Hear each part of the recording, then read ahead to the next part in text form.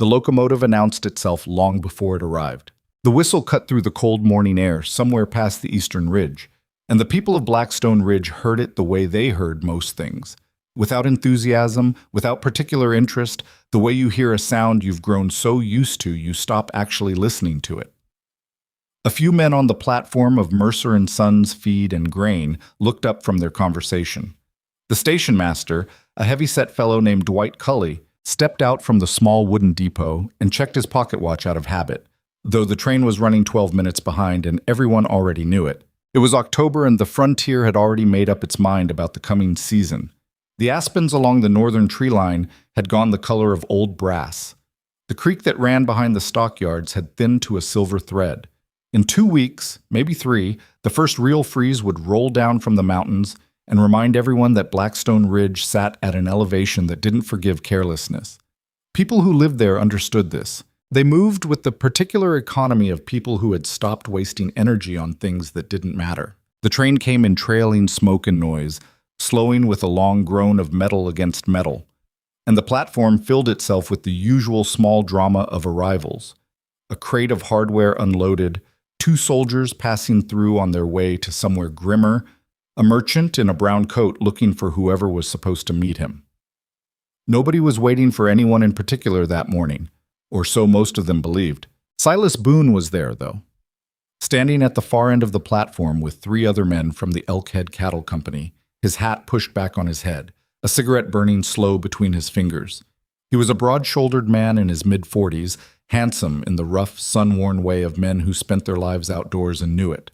He had the confident posture of someone who rarely had to justify himself to anyone, and he was laughing at something one of the other men had said when the third passenger car opened its door and Evelyn Mercer stepped out onto the platform. She was 28 years old.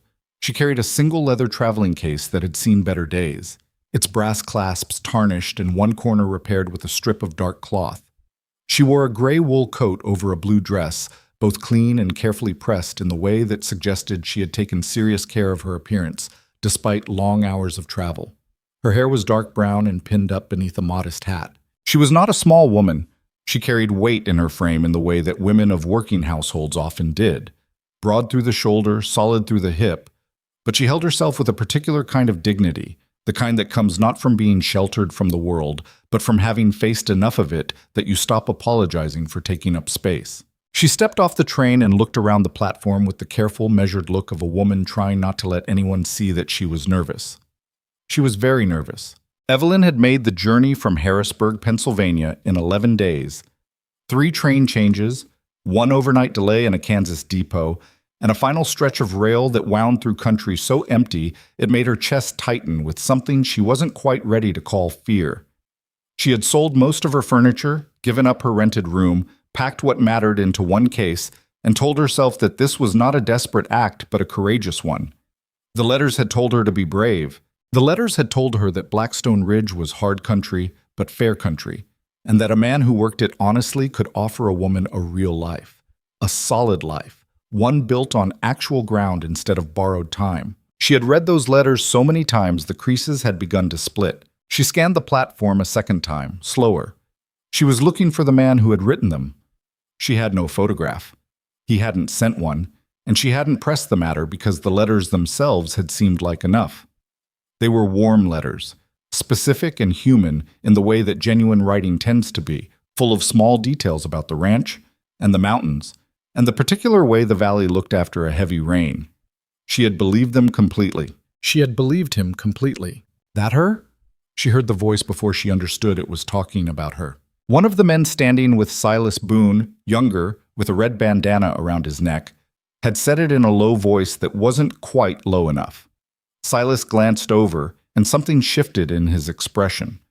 It was not the expression of a man who was pleasantly surprised. It was not the expression of anticipation or welcome. It was a flicker of assessment, rapid and unkind, the kind of look that takes a person apart without any particular care for what it finds. Evelyn saw it. She walked toward him anyway, because there was no one else on the platform who looked like they were waiting, and because stopping would be worse. "Mr. Boone?" she said. Her voice was steady. She was proud of that later, the steadiness of it. "I'm Evelyn Mercer, from Harrisburg." The men with Silas exchanged a glance. One of them, a lean, weathered man with a gray mustache, pressed his lips together like he was suppressing something. Silas didn't say anything for a moment. He took a slow drag from his cigarette and looked at her with a kind of lazy, half-formed attention that was already more devastating than outright cruelty. "Harrisburg," he repeated. "Yes, we've been corresponding for—" "I know who you are," he said. He said it without warmth. The station master, Dwight Cully, had come out from behind his desk and was pretending to examine the cargo tags on the unloaded crates. Two men from the feed store had drifted a few steps closer. The soldier passing through had stopped walking and was looking somewhere carefully neutral, the way people do when they sense something ugly is beginning and don't want to be part of it, but can't quite make themselves leave. Silas flicked his cigarette toward the edge of the platform. "I owe you an apology," he said, not sounding particularly apologetic. "And an explanation, I suppose." He glanced at one of the men beside him, and the man made a brief, strangled sound that was definitely a laugh that had been partially contained. "The letters, those were written on a bad night, after a long run of whiskey and some poor decisions. Burke here dared me to answer that advertisement in the Pennsylvania Gazette, the one for Frontier Brides. He said Frontier Brides with the particular inflection of a man quoting something he finds ridiculous. It got out of hand. I should have written again to stop it, but—" He spread his hands in a gesture that encompassed his complete lack of regret. "Here you are." The platform had gone very quiet. Evelyn stood perfectly still. She understood with the kind of cold clarity that only arrives in the worst moments exactly what had happened. The letters. 11 days of travel, the furniture she had sold, the room she had given up, the careful, stupid hope she had carried across 1,000 miles of country. All of it was the aftermath of a drunk man's dare. Something moved through her face. It was not quite devastation, not quite rage. It was something more complicated than either, the way genuine pain tends to be. She did not cry. She would think about this later, in the dark, and be grateful for it. "I see," she said. "There's a train back east on Friday," Silas offered. He was already losing interest. He was already looking past her, the way people look past things they've decided aren't worth their continued attention. "Cully can tell you the schedule." He turned away. She stood there. The men from the feed store were watching. Dwight Cully was watching. The soldier was watching from the careful distance of someone who had decided not to get involved. There were women on the far end of the platform, too. Two of them, waiting for the hardware crate to be moved so they could pass. And they were watching with expressions that were a mixture of pity and relief. The kind of relief that comes from witnessing something terrible happening to someone else. Evelyn's hands tightened on the handle of her traveling case. She was 28 years old, and she had nothing. The money she had used for the return ticket had gone into this journey because she had not planned for a return, because she had believed the letters, because she had believed in the person who wrote them. And now she was standing on a platform in a town she did not know, in a territory she had never seen before, with no money to get home and no home to get back to even if she could. The wind came off the mountains. It had teeth already, that wind. October wind in high country. She thought, very briefly, about sitting down on her case and simply not moving. She thought about it the way you think about giving up when you're very tired, with a kind of exhausted seriousness that frightens you a little, because it doesn't seem like as bad an idea as it should. Then she heard boots on the platform. Not Silas's boots. He had already walked off with his men, their laughter trailing back like smoke. Different boots. A slower, more deliberate sound. Someone walking without hurry, which in that moment stood out the way a calm voice stands out in a room full of shouting. She looked up. The man standing a few feet away was somewhere in his mid-30s, though he could have passed for older. Not because he looked unhealthy, but because he had the kind of face that suggested a lot of weather and not much sleep. He was lean in the way of men who work, rather than men who simply don't eat, with forearms that showed from the rolled cuffs of a worn flannel shirt and hands that were rough with scar tissue across the knuckles. His jaw was unshaved. His hat was the color of dust. His eyes were a particular shade of gray that was almost silver in the flat October light, and they were looking at her with an expression that was neither pity nor assessment, just attention, steady and direct, and, she noticed this particularly, respectful. Cade Holloway. he said. He didn't offer his hand, which she found oddly considerate, since she had her case in one hand and her dignity to hold together with the other. I've got a spread about 14 miles north, past the second ridge. She looked at him. He was not a man who made speeches, she would come to understand. He didn't frame things. He didn't preamble. He just said the next necessary thing. I'm not offering you charity, he said. I need an extra hand for winter prep, and the ranch house has a room that's been empty since spring. You'd have your own space, your own door with a lock, and you'd earn your keep. I won't pretend the work is easy, but it's work and it's shelter, and it's nothing more complicated than that. She stared at him. Why? She asked, because it was the only honest question. Something moved briefly in his expression, not quite a wince. Because Silas Boone is a fool, he said, and you don't deserve to be standing here on account of him. It was the simplest thing anyone had said to her in a very long time. She was quiet for a moment. Then she looked at the platform, at the station master, pretending not to watch, at the two women who had already looked away, at the wide, cold street that led into Blackstone Ridge, which was a town she did not know and which had already shown her clearly what it thought of her. She picked up her case.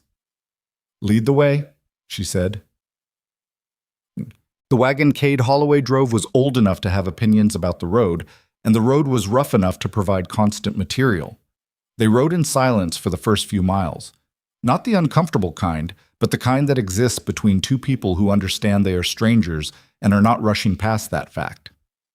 The town fell behind them, replaced by open grassland, then scrubby pine, then the first real rise of the foothills as the track climbed north.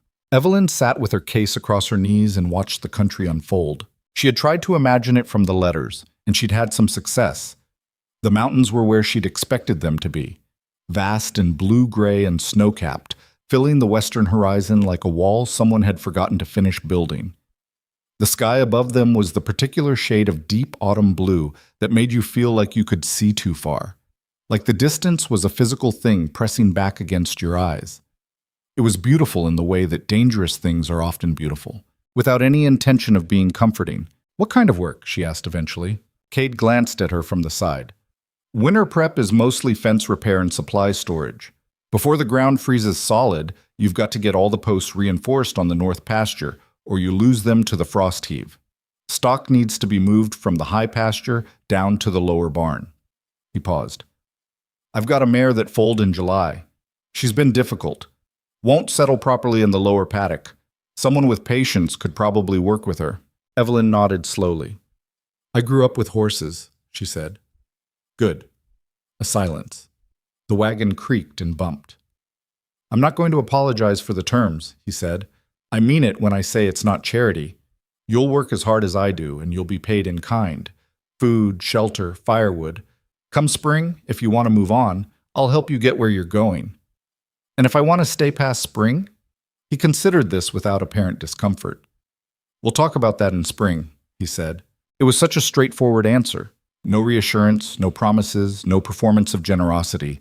She found she trusted it more than she would have trusted something warmer. The track wound up through a stand of aspen that was throwing its last yellow leaves against the gray sky, and then they came through a cut in the ridge, and Evelyn got her first look at the valley. It was a long bowl of land cupped between two ridgelines, the kind of valley that clearly held water well.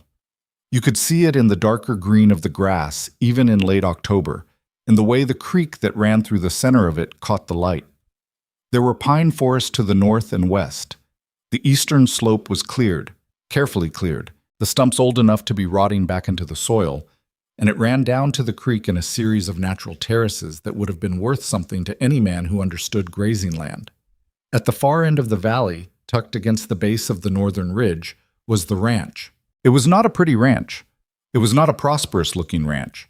The main house was a long, low structure of squared logs, the chinking between them renewed in patches that didn't quite match.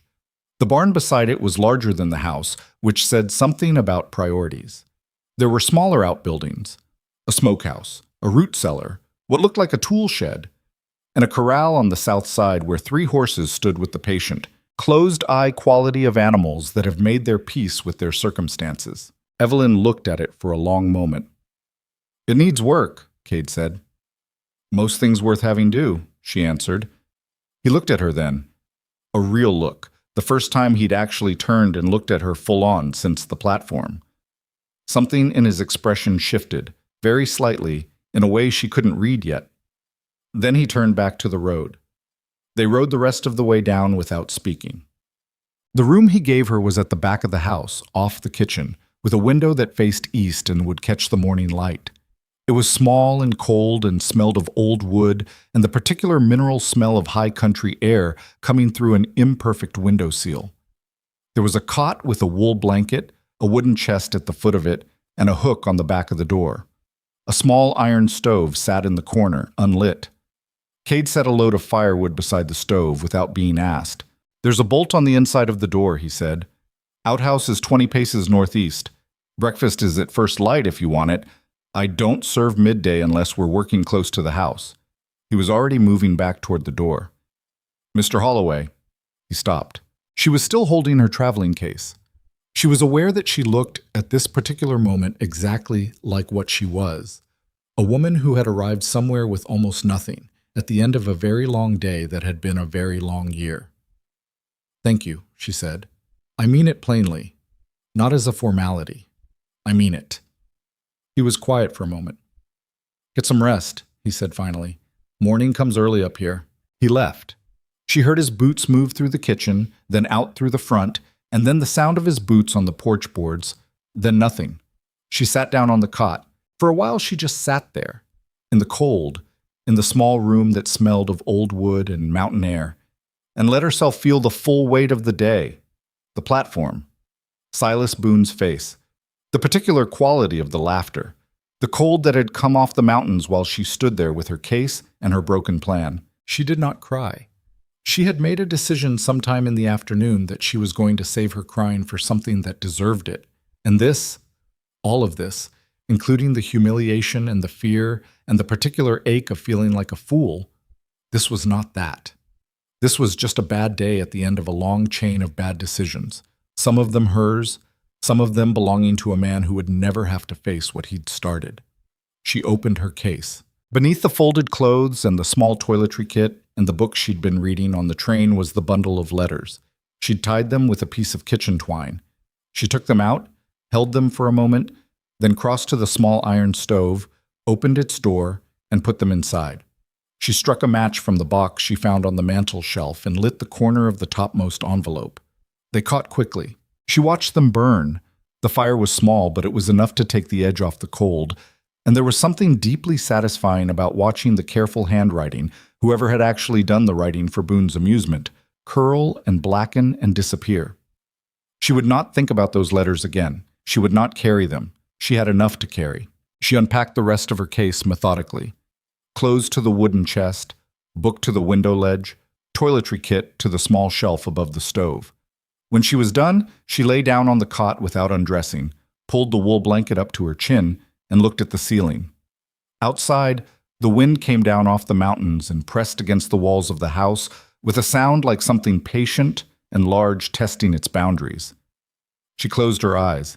"You're 28 years old," she thought. "You're in a valley in the mountains of a territory you do not know. You have 17 cents in your coat pocket.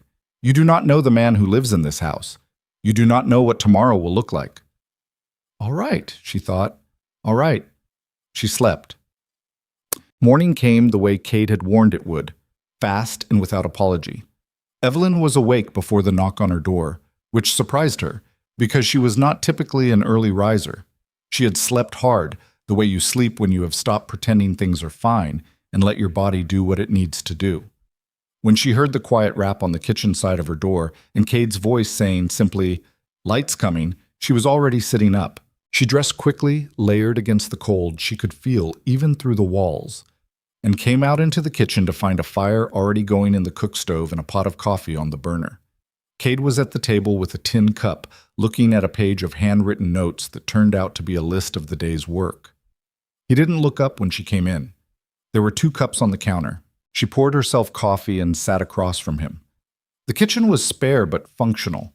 Cast iron pan on the stove, herbs hanging from the ceiling beams, a shelf of labeled tins. Someone had kept it organized at some point. She didn't ask about that. "North fence first," he said. "There are 3 posts down between the second and third markers. Ground's not frozen yet, but it will be by end of week. After that, the lower barn needs to be cleared out. I've got hay coming up from Blackstone on Thursday and nowhere to put it. And the mare? Evelyn asked. He glanced up. You sure you want to start with her? I'd like to see her today. If she needs work before she can be moved, it's better to know early. He studied her for a brief moment, then looked back at his list. She's in the small paddock behind the barn. Her name's November. He said it as though he knew how it sounded and had decided not to care. She bites. Most difficult things do, Evelyn said. He made no response to that, but something in his posture shifted in a way that might have been the beginning of something. She couldn't tell yet. They ate salt pork, fried bread, coffee, without much conversation. Evelyn found she didn't mind the quiet. She had grown up in a household of noise, her mother's boarding house always full of travelers and boarders, and the particular chaos of a dozen people sharing a single kitchen. And somewhere over the last few years she had come to appreciate silence as a thing that could be comfortable rather than threatening. This silence, at this table, with this stranger, had a quality to it that was simply working silence. The quiet of two people preparing for the same kind of day. She washed her own cup before they went out. The valley was extraordinary in the early morning. The mist lay low over the creek, silver gray in the pale light, and the mountains above the western ridge were catching the first color from the east in shades of pink and amber that were almost too dramatic to look at directly. The air had teeth, genuinely cold now, cold enough that her breath came in small clouds, and the frozen grass crunched faintly under her boots as they crossed to the barn. You'll want the heavier gloves, Cade said, without looking at her. He was carrying the post hole kit over one shoulder. In the barrel by the tack room door. She found them. Stiff leather work gloves, already broken in by someone else's hands, fitting hers reasonably well. She followed him out to the north fence. The work was hard and straightforward, the kind of work that leaves no room for your mind to go anywhere except the task. The posts had heaved out of the ground partially over the summer.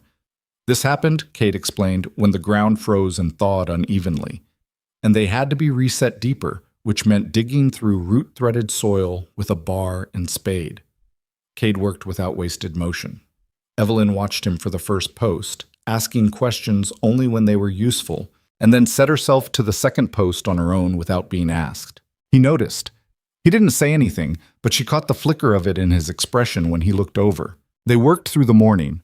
By the time they reached the third post, Evelyn's shoulders were burning in a way that promised tomorrow would be worse, and her hands inside the heavy gloves had blistered at least twice in places she wouldn't look at until she was alone. She did not slow down. She did not complain.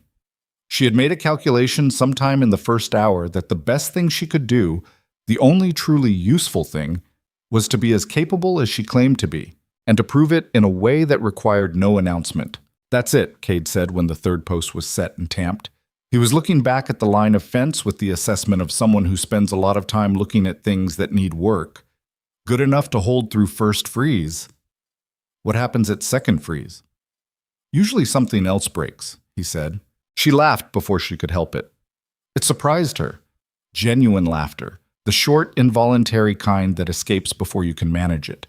She covered it quickly, but he had heard it, and when she looked at him, she found that something in his face had changed slightly, some small, careful door having opened a fraction.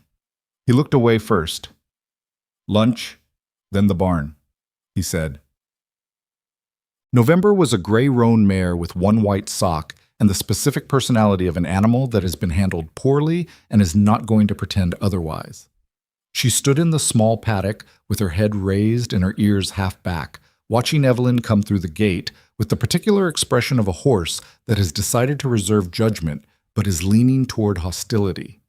Evelyn stopped 10 feet away and stood still. November watched her. Evelyn did not approach. She stood in the paddock in the cold afternoon light and simply occupied the same space as the mare, not making demands, not moving in, just being there as a fact rather than a threat. It was something her mother's neighbor, an old man named Tobias, who had known horses his whole life, had shown her when she was 9 years old. They need to decide you're not a problem, he had said. You can't convince them with words. You just have to not be a problem long enough that they figure it out. She stood there for 11 minutes by the angle of the light. November took 2 steps toward her. Evelyn didn't move. The mare took another step, then dropped her nose and blew hard, a suspicious, investigative sound. Then she came forward the rest of the way and put her nose against Evelyn's coat pocket, smelling for something. "Nothing there," Evelyn said quietly. "Try again tomorrow." November pulled back, considered, then bumped her head lightly against Evelyn's shoulder in a gesture that was either frustration or tentative tolerance. Evelyn lifted her hand slowly and rested it flat against the mare's neck. November held very still. Cade was at the paddock fence. She hadn't heard him approach, but when she looked up, he was leaning on the top rail, watching. His expression was difficult to read. That seemed to be a general feature of him, but it was not dismissive. "She's been refusing to let anyone near her for 2 months," he said. "What happened 2 months ago?" A beat. "The man I had helping me through summer, he wasn't kind to her." He said it without particular emotion, but something tightened briefly in his jaw. "I let him go, but she doesn't have a way to know the reason." Evelyn kept her hand on the mare's neck. "She'll come around," she said. "She just needs time with someone who isn't going to make her regret it." She felt, rather than saw, Cade looking at her. She didn't look back. The days fell into a rhythm, which was good, because rhythm was what Evelyn needed most. A shape to the hours. Something to fill the space that had previously been occupied by planning and hoping and carrying those letters around like a compass pointing toward a destination that turned out not to exist. The work was genuinely hard. She had known hard work before. Her mother's boarding house had not run itself. But this was a different quality of hard, the physical, land-bound variety that used every part of you and left nothing for excess. By the end of the first week, she slept so deeply she stopped dreaming entirely, which was a relief, because the dreams she'd been having in the last months had been the anxious kind. She and Cade settled into a way of being around each other that had its own unspoken logic. They worked together where the work required 2 people. They ate their meals at the same table with the kind of easy, undemanding quiet that exists between people who don't need to fill silence with noise. He did not ask her about Harrisburg or about the letters or about what she had expected to find when she stepped off the train. She did not ask him about the family he didn't seem to have, or the spare room that had been empty since spring, or the particular flatness that came over his expression sometimes when he looked out at the valley in the late evening. They were 2 people with things they weren't ready to talk about, and they had the common decency to leave each other's things alone. The town was a different matter. Blackstone Ridge was not a kind place to strangers, and it was an especially unkind place to women who had arrived under unusual circumstances. Evelyn had to go in twice in those first weeks, once for supplies, once for a replacement part for the barn pump that had split its casing, and both times she felt the quality of the attention that followed her through the streets. Not hostile, exactly, more like observation. Like everyone was waiting to see what was going to happen next, and had already formed a preliminary guess. Mrs. Hatch at the dry goods store had been pleasant enough, but asked too many questions in the way of someone collecting information rather than conversation. The 2 men from the Elkhead Cattle Company she encountered near the livery had smirked at each other in a way she was meant to see. A woman she didn't know had said something under her breath to her companion as Evelyn passed, and while she hadn't caught the exact words, the tone was clear enough. She bought her supplies, she got the pump part. She drove back up to the valley without stopping anywhere unnecessary. "Town giving you trouble?" Cade asked that evening. He was at the table cleaning his rifle, a task he performed with the methodical attention he gave to everything. "Nothing I can't manage," she said. He glanced at her over the barrel. "Silas's friends talk," he said. "What he did, they think it's something to repeat, like it's a story instead of something that happened to a real person. I know what they think. I'll go in with you next time if you want." She looked at him. There was nothing complicated in the offer. No implication, no particular meaning beyond what he'd said. He was simply offering to come. "All right," she said. He nodded and went back to the rifle. She sat down across from him and opened her book, and they spent the rest of the evening in that comfortable, uncomplicated way that was becoming familiar to her. 2 people in a room, separately occupied, not alone. Well, the supply wagon from the valley to the south came through in early November, and with it came news that traveled the way all news traveled in frontier country, imperfectly and all at once and in more directions than you could track. The news was about Gideon Voss. Evelyn heard it first from the driver, a talkative man named Pell, who made monthly runs through the high country and treated each stop as an opportunity to distribute everything he'd accumulated since the last one. Voss has bought 3 more parcels in the river corridor, Pell said, accepting the coffee Evelyn offered without pausing in his summary. Garland's place, and the 2 Draper boys who were holding that land their father left them. Both of them sold inside a week, which, he shook his head. Those boys were not looking to sell. Word is, Voss's men showed up and helped them see the wisdom of it. Cade was leaning against the door frame of the barn, arms crossed. His expression hadn't changed. He's had his eye on this valley for 2 years, Pell continued. The creek that runs through here feeds 4 different operations south of the ridge. Any man who controls this water supply. He didn't finish the sentence because he seemed to realize mid-thought that he was telling this to the man who currently sat on top of that water supply. Cade said nothing. Have there been any offers? Evelyn asked. Pell looked at her, then at Cade, then back at her. Not formally, he said. But I take that as meaning not yet. After the wagon left, she and Cade stood in the yard in the cold. Voss, she said, he owns most of the grazing land south of here. Cade was looking at the creek as it ran through the lower meadow, silver bright in the November light. He's been building up his holdings since '78, always the same way. Pressure first, then offer, then more pressure. Has he come to you? He sent a letter in August. Cade's jaw was set.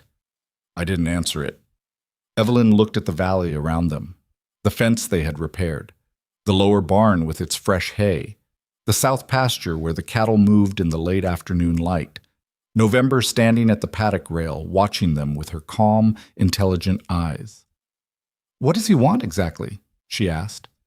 The water rights in the south-facing pasture, Cade said. The rest he could take or leave.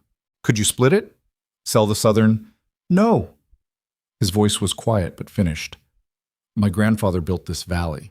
My father was born here. This land isn't something I'm prepared to cut up for a man like Voss. She understood that. It was not a practical position, but she understood it. Then we should be getting ready for whatever comes next, she said. He looked at her then. Again that particular look, the one she was beginning to know and couldn't quite define. It wasn't surprise, exactly. It was more like he kept expecting her to be something smaller than she was and kept finding out he was wrong. We, he said. It wasn't a question. She had said it without thinking, and it was the first time either of them had said anything like it. A word that included both of them, that made them, at least in that small way, a unit. She didn't take it back. We, she confirmed. Something settled in his face. It was very quiet, whatever it was. He turned back toward the barn. Better get November settled for the night, he said. Cold's coming in fast. Evelyn followed him toward the paddock, and above them the mountains began pulling clouds down from the north in the way they did when the weather was preparing to make a point. Tut. The first serious snowfall came in the middle of November, arrived without ceremony in the night, and by morning had laid 2 feet of itself across the valley with a calm, absolute authority. Evelyn woke to a white silence and a cold that had pushed through the window sill and made the room a different temperature than it had been the night before. She was out of bed before the knock came. She dressed in layers, she had gotten better at this, and came into the kitchen to find Cade already in his coat and hat, pouring coffee from a pot that had clearly been on the stove for some time.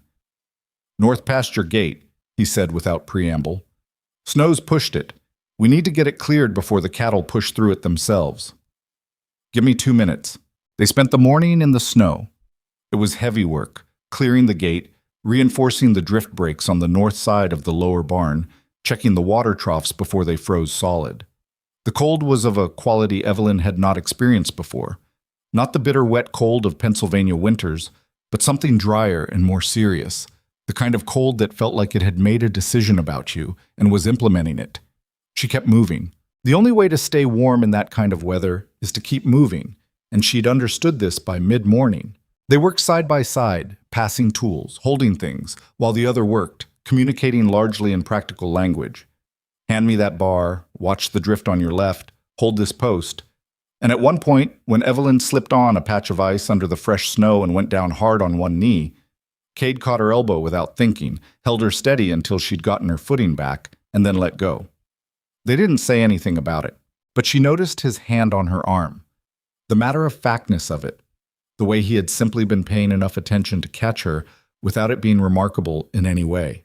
She noticed it the way you notice something small that turns out to be significant. By midday, the worst of the work was done, and they came into a kitchen that was, mercifully, still warm. Evelyn made stew from the previous night's leftover beans and salt pork, while Cade sat at the table and wrote in the ledger he kept. The one she had learned tracked everything about the ranch. Cattle counts, supply inventories, what had been spent and what remained and what was going to be needed. "We're short on lamp oil," she said from the stove, because she'd been doing informal inventory of her own. "I know." He didn't look up from the ledger. "I'd planned a supply run to Blackstone before the heavy snow, but we're already in it." "How long does the heavy season last?"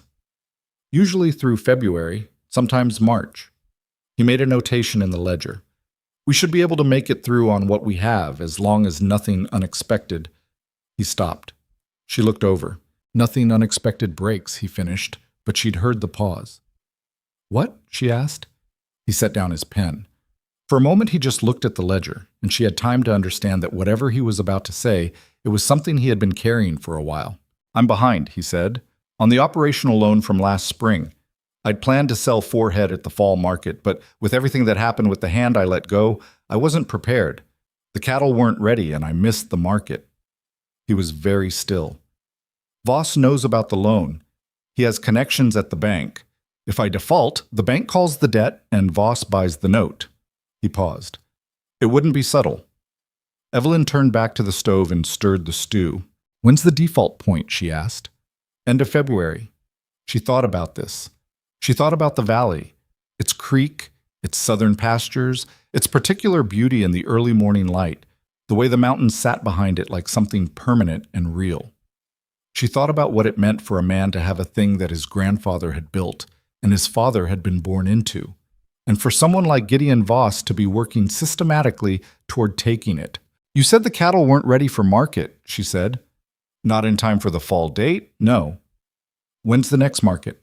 "End of March, Clearwater, down in the lowlands. Takes 3 days to drive to."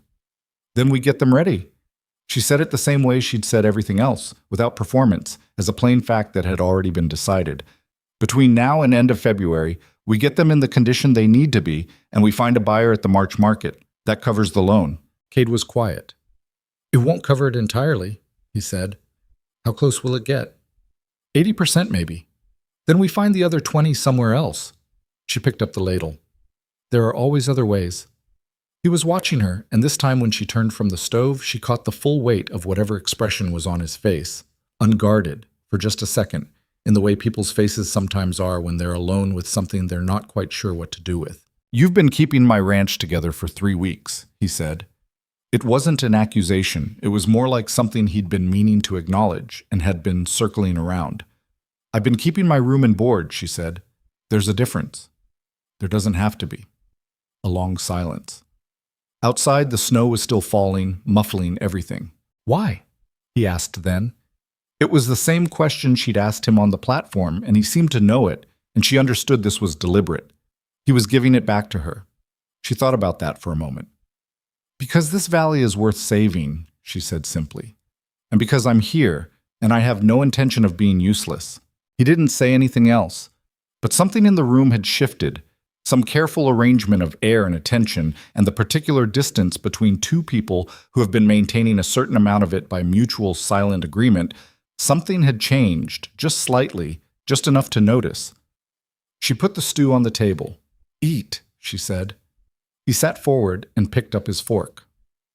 December arrived and made itself known. The cold deepened past what Evelyn had thought of as serious cold into a different register entirely. The kind that came through every seal and gap in the house, no matter what you did, that turned your breath to crystals in the air within 2 seconds of leaving your mouth, that made the work of simply existing outdoors an act that required deliberate physical commitment. She had grown capable in ways she hadn't expected. Her hands had hardened. Her body had settled into the particular dense tiredness of physical labor. She had stopped noticing certain discomforts the way you stop noticing the sounds of a house you've lived in long enough. She was, she thought sometimes, becoming something different than she had been in Harrisburg. Not better, necessarily, just different. more anchored, less made of paper. November had fully accepted her. The mare would come when she called, had stopped her biting entirely, and had developed a habit of following Evelyn around the paddock like a large, self-possessed shadow when she came to do the morning feeding. Cade had watched this development with an expression that was somewhere between gratitude and something more complicated, and one morning he had said simply, "She hasn't done that with anyone since my wife." Evelyn had gone still. It was the first time he had mentioned it, any of it. "I didn't know you'd been married," she said, careful with the words. "Emma." He said the name quietly, as you say names that have been worn smooth with use. 12 years ago. She died the second winter we were here. Fever. We couldn't get a doctor through the snow in time. He was working a knot out of November's mane, not looking at Evelyn. She was the one who named her. Not this November. There have been 3 horses with that name since then, but Emma started it. You keep naming them that. Seemed wrong to stop. He stepped back from the mare. After she died, I kept the ranch going because there was nothing else to do. It was the thing that was left. He finally looked at her, briefly, without particular expression. I'm telling you because you should know. Not because I want. Not because I'm looking for anything from saying it. I understand, she said. He nodded once and went to put the grooming brush back on the shelf. She stood with November for a long time after he went. The mare put her nose against Evelyn's neck, a warm pressure in the cold air. She thought about what it costs a person to carry a grief long enough that it becomes the shape of their daily life. To build walls out of it, without even meaning to, the way ice forms on a surface when the temperature drops. Not from decision, just from condition. She thought about her own walls. Smaller ones, maybe. Different materials. But present. She pressed her forehead lightly against the mare's and stood like that in the cold, quiet paddock, while the mountains above the valley held their usual silence. On the last Saturday of December, something happened that Evelyn had not been expecting. She had driven into Blackstone Ridge alone for a supply run. The weather had given them a brief clear window, and Cade needed to stay at the ranch because a calf had been born early and wasn't thriving in the way it should. It was a short trip, quick in and out.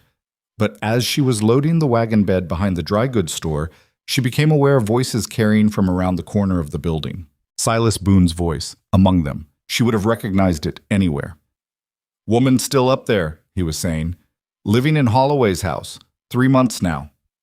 A pause, and then, with a specific, unpleasant inflection, "Draw your own conclusions."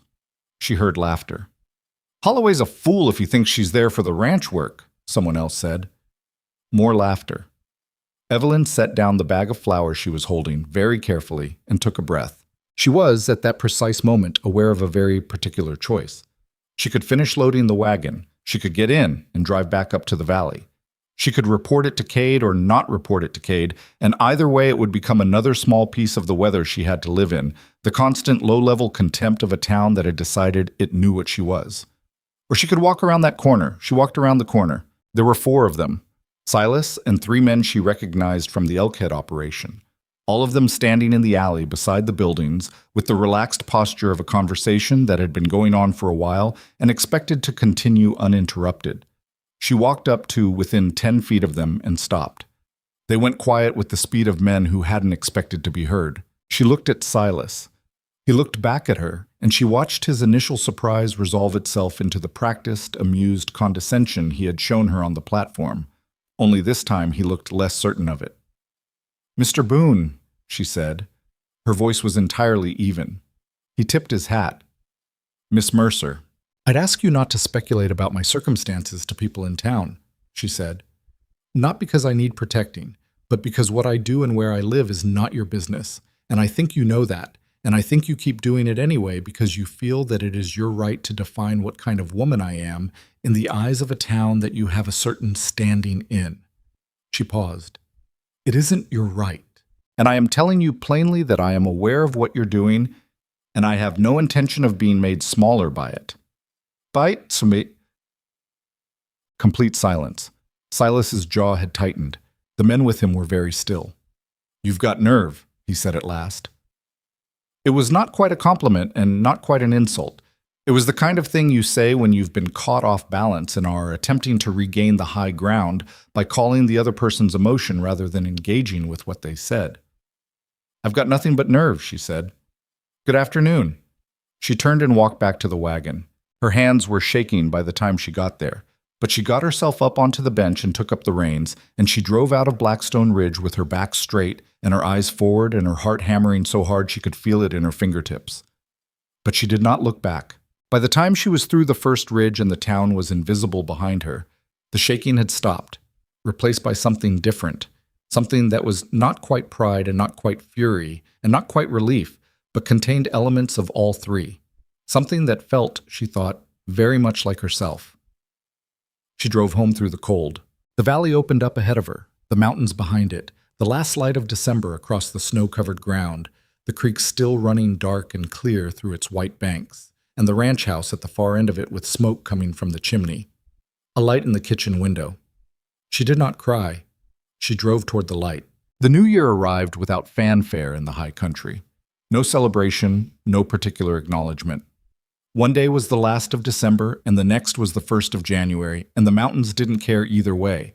The cold continued, the work continued, and the slow, complicated thing that was developing between Evelyn Mercer and Cade Holloway continued too, in the careful, unannounced way of things that neither person is quite ready to name. She had not told him about the confrontation with Silas Boone.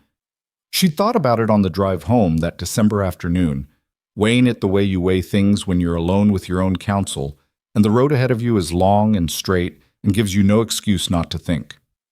She had decided, in the end, that telling him would make it his problem to carry when it was hers to have handled, and she had handled it. So she put it away. She mentioned it to no one. What she hadn't put away was the feeling that had followed her up the ridge and through the valley gate and into the kitchen where Cade was sitting at the table with a cup of coffee and the ledger open in front of him. He'd looked up when she came in and said, "Calf stabilized," and she'd nodded and said, "Good." And they'd eaten supper without incident, and the whole time she'd had that feeling sitting in her chest like something small and warm that she was keeping carefully out of the draft. It took her until February to understand what it was. January passed in labor. There was no other word for it. The month was simply a sustained physical argument between them and the winter was well-resourced and relentless. The cattle needed daily tending in temperatures that turned water to ice in the trough within 20 minutes of it being poured. The north wind found gaps in the barn walls that Evelyn spent 2 solid days stuffing with oakum and old sacking. A section of the roof on the smokehouse collapsed under accumulated ice weight, and they rebuilt it in weather so cold that the breath from their mouths glazed the wood before the hammer struck. She did not complain, neither did he. They worked until dark and ate whatever could be made quickly, and sometimes fell asleep without either of them meaning to. Cade once at the table with his head on his arms, Evelyn once in the chair by the kitchen stove with her book open in her lap and the candle burning down to a nub beside her. She'd woken from that one to find a second blanket laid across her shoulders. She hadn't asked. He hadn't offered explanation. They'd both treated it as something that hadn't happened in any way worth discussing and moved on to breakfast. But she thought about it. The cattle were coming into condition properly by mid-January. Evelyn had made it her particular project, monitoring the feed ratios, watching the body condition scores on the breeding stock, identifying the 4 animals most likely to bring strong prices at the March market in Clearwater. She had no formal training in any of this, but she had the capacity to pay close attention and the willingness to ask questions when her observation ran out. And Cade had answered every question she'd put to him with the same direct economy he brought to everything.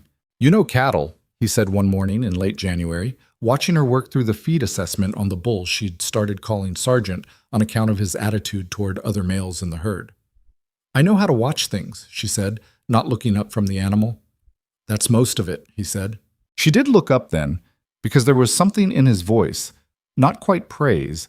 Cade didn't do praise exactly, but something that functioned the same way. A kind of low-register acknowledgement that recognized effort without making a production of it. "We need to get word to the Clearwater market manager before the end of February," she said. "Reserve a slot in the auction block. If Voss is watching the bank the way you think he is, he'll be looking for signs we can't make the debt payment. A confirmed market slot is a signal we can." He was quiet for a moment. "You think like a rancher," he said. I think like someone who doesn't want to lose the thing she's been fixing up for 3 months, she answered. Something crossed his face, quick and complicated, and then it was gone. He turned back toward the barn. I'll write to Clearwater today, he said. Pell, the supply driver, took the letter south with him on his next run, and with it went a piece of Evelyn's anxiety. Not all of it, but a meaningful portion. They had a plan. Plans were not guarantees, but they were better than the alternative. What they didn't have a plan for was Gideon Voss's next move. It came without warning on the 4th day of February, which had started like every other day that month, gray, cold, the mountains invisible behind heavy cloud. Evelyn was working in the lower barn when she heard the sound of horses on the valley road. Not one horse, several. She came to the barn door and looked out. 4 riders were coming down through the valley gate, which meant someone had opened the gate, which meant either they'd found it unlocked or they'd decided the lock wasn't relevant to them. They rode with the particular confidence of men who were accustomed to arriving places and being accommodated. The man at the front was older, perhaps 60, with a white mustache and a coat that cost more than most men in Blackstone Ridge made in a month. He sat his horse well.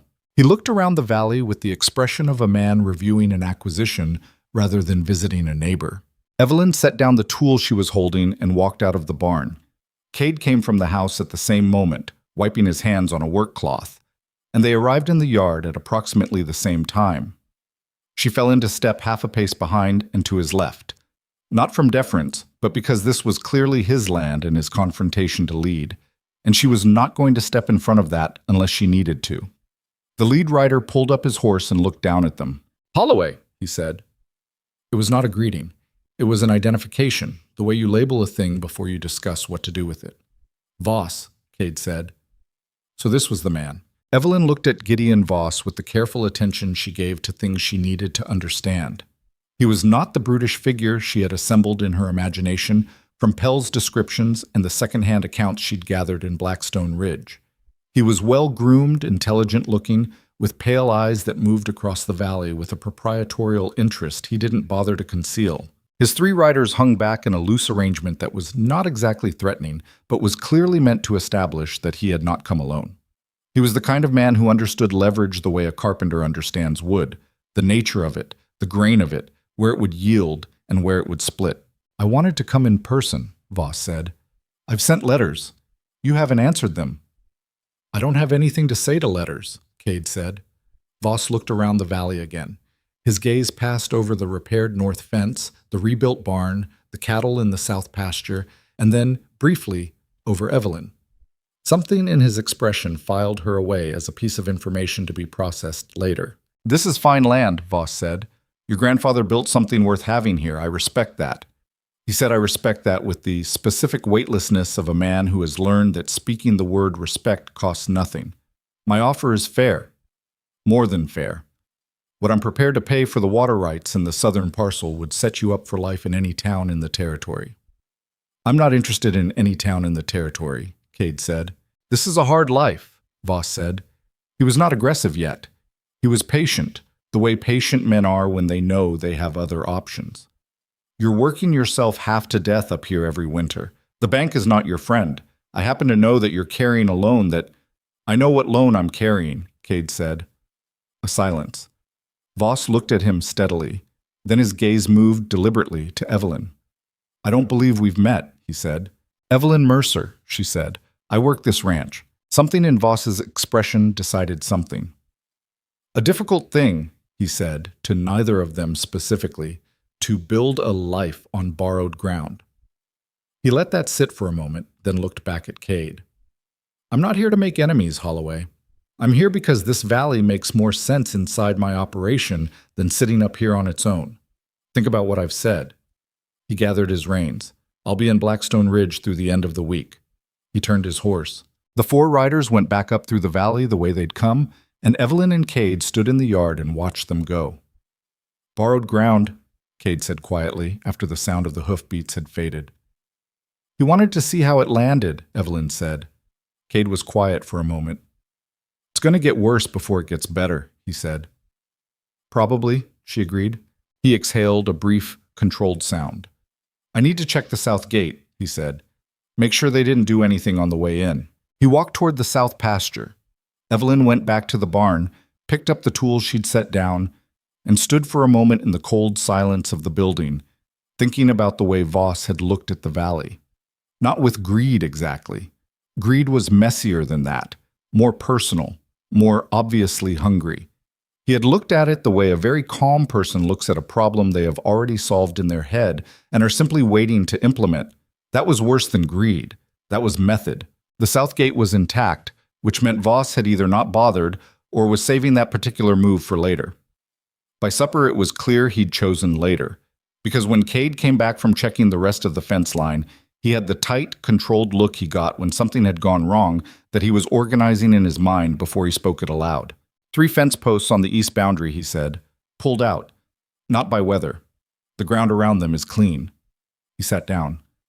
It's a message. I know. Evelyn set his plate down in front of him. What do we do about it? Fix the fence, he said. And beyond that? He picked up his fork. Beyond that, I need to think. She let him think. They ate in silence, but it was a different quality of silence than their usual, heavier, with more in it. After supper, she cleaned up while he sat with the ledger and his calculations, and at some point she became aware that the scratching of his pencil had stopped, and he was looking at her from across the room with an expression she hadn't seen on him before, open in a way he usually wasn't, tired. I keep thinking, he said, about what happens if this doesn't work out. She turned from the counter. The market, the loan, all of it, he said. I keep running the numbers, and they work. On paper. But there are too many variables I can't control. Voss is one of them. The weather is one of them. He looked down at the ledger. Emma used to say I was the worst kind of worrier because I didn't look it. It was the second time he'd said her name. Each time it cost him something, Evelyn noticed. Not in a way that broke him. He was too contained for that. But you could see the small tax of it. She sounds like she knew you well, Evelyn said. Better than I knew myself. He was quiet. Better than I've let anyone know me since. She didn't push on that. She dried her hands on the dish towel and sat down across from him at the table. Not close. Not in a way that implied anything. Just sitting. The numbers work, she said. I've run them too. If the 4 animals we're preparing bring anywhere near what their condition warrants, we cover the loan with enough margin to get through spring. She paused. Voss can pull fence posts. He can't pull the ground out from under the cattle. Not yet, Cade said. Not yet, she allowed. He looked at her for a long moment.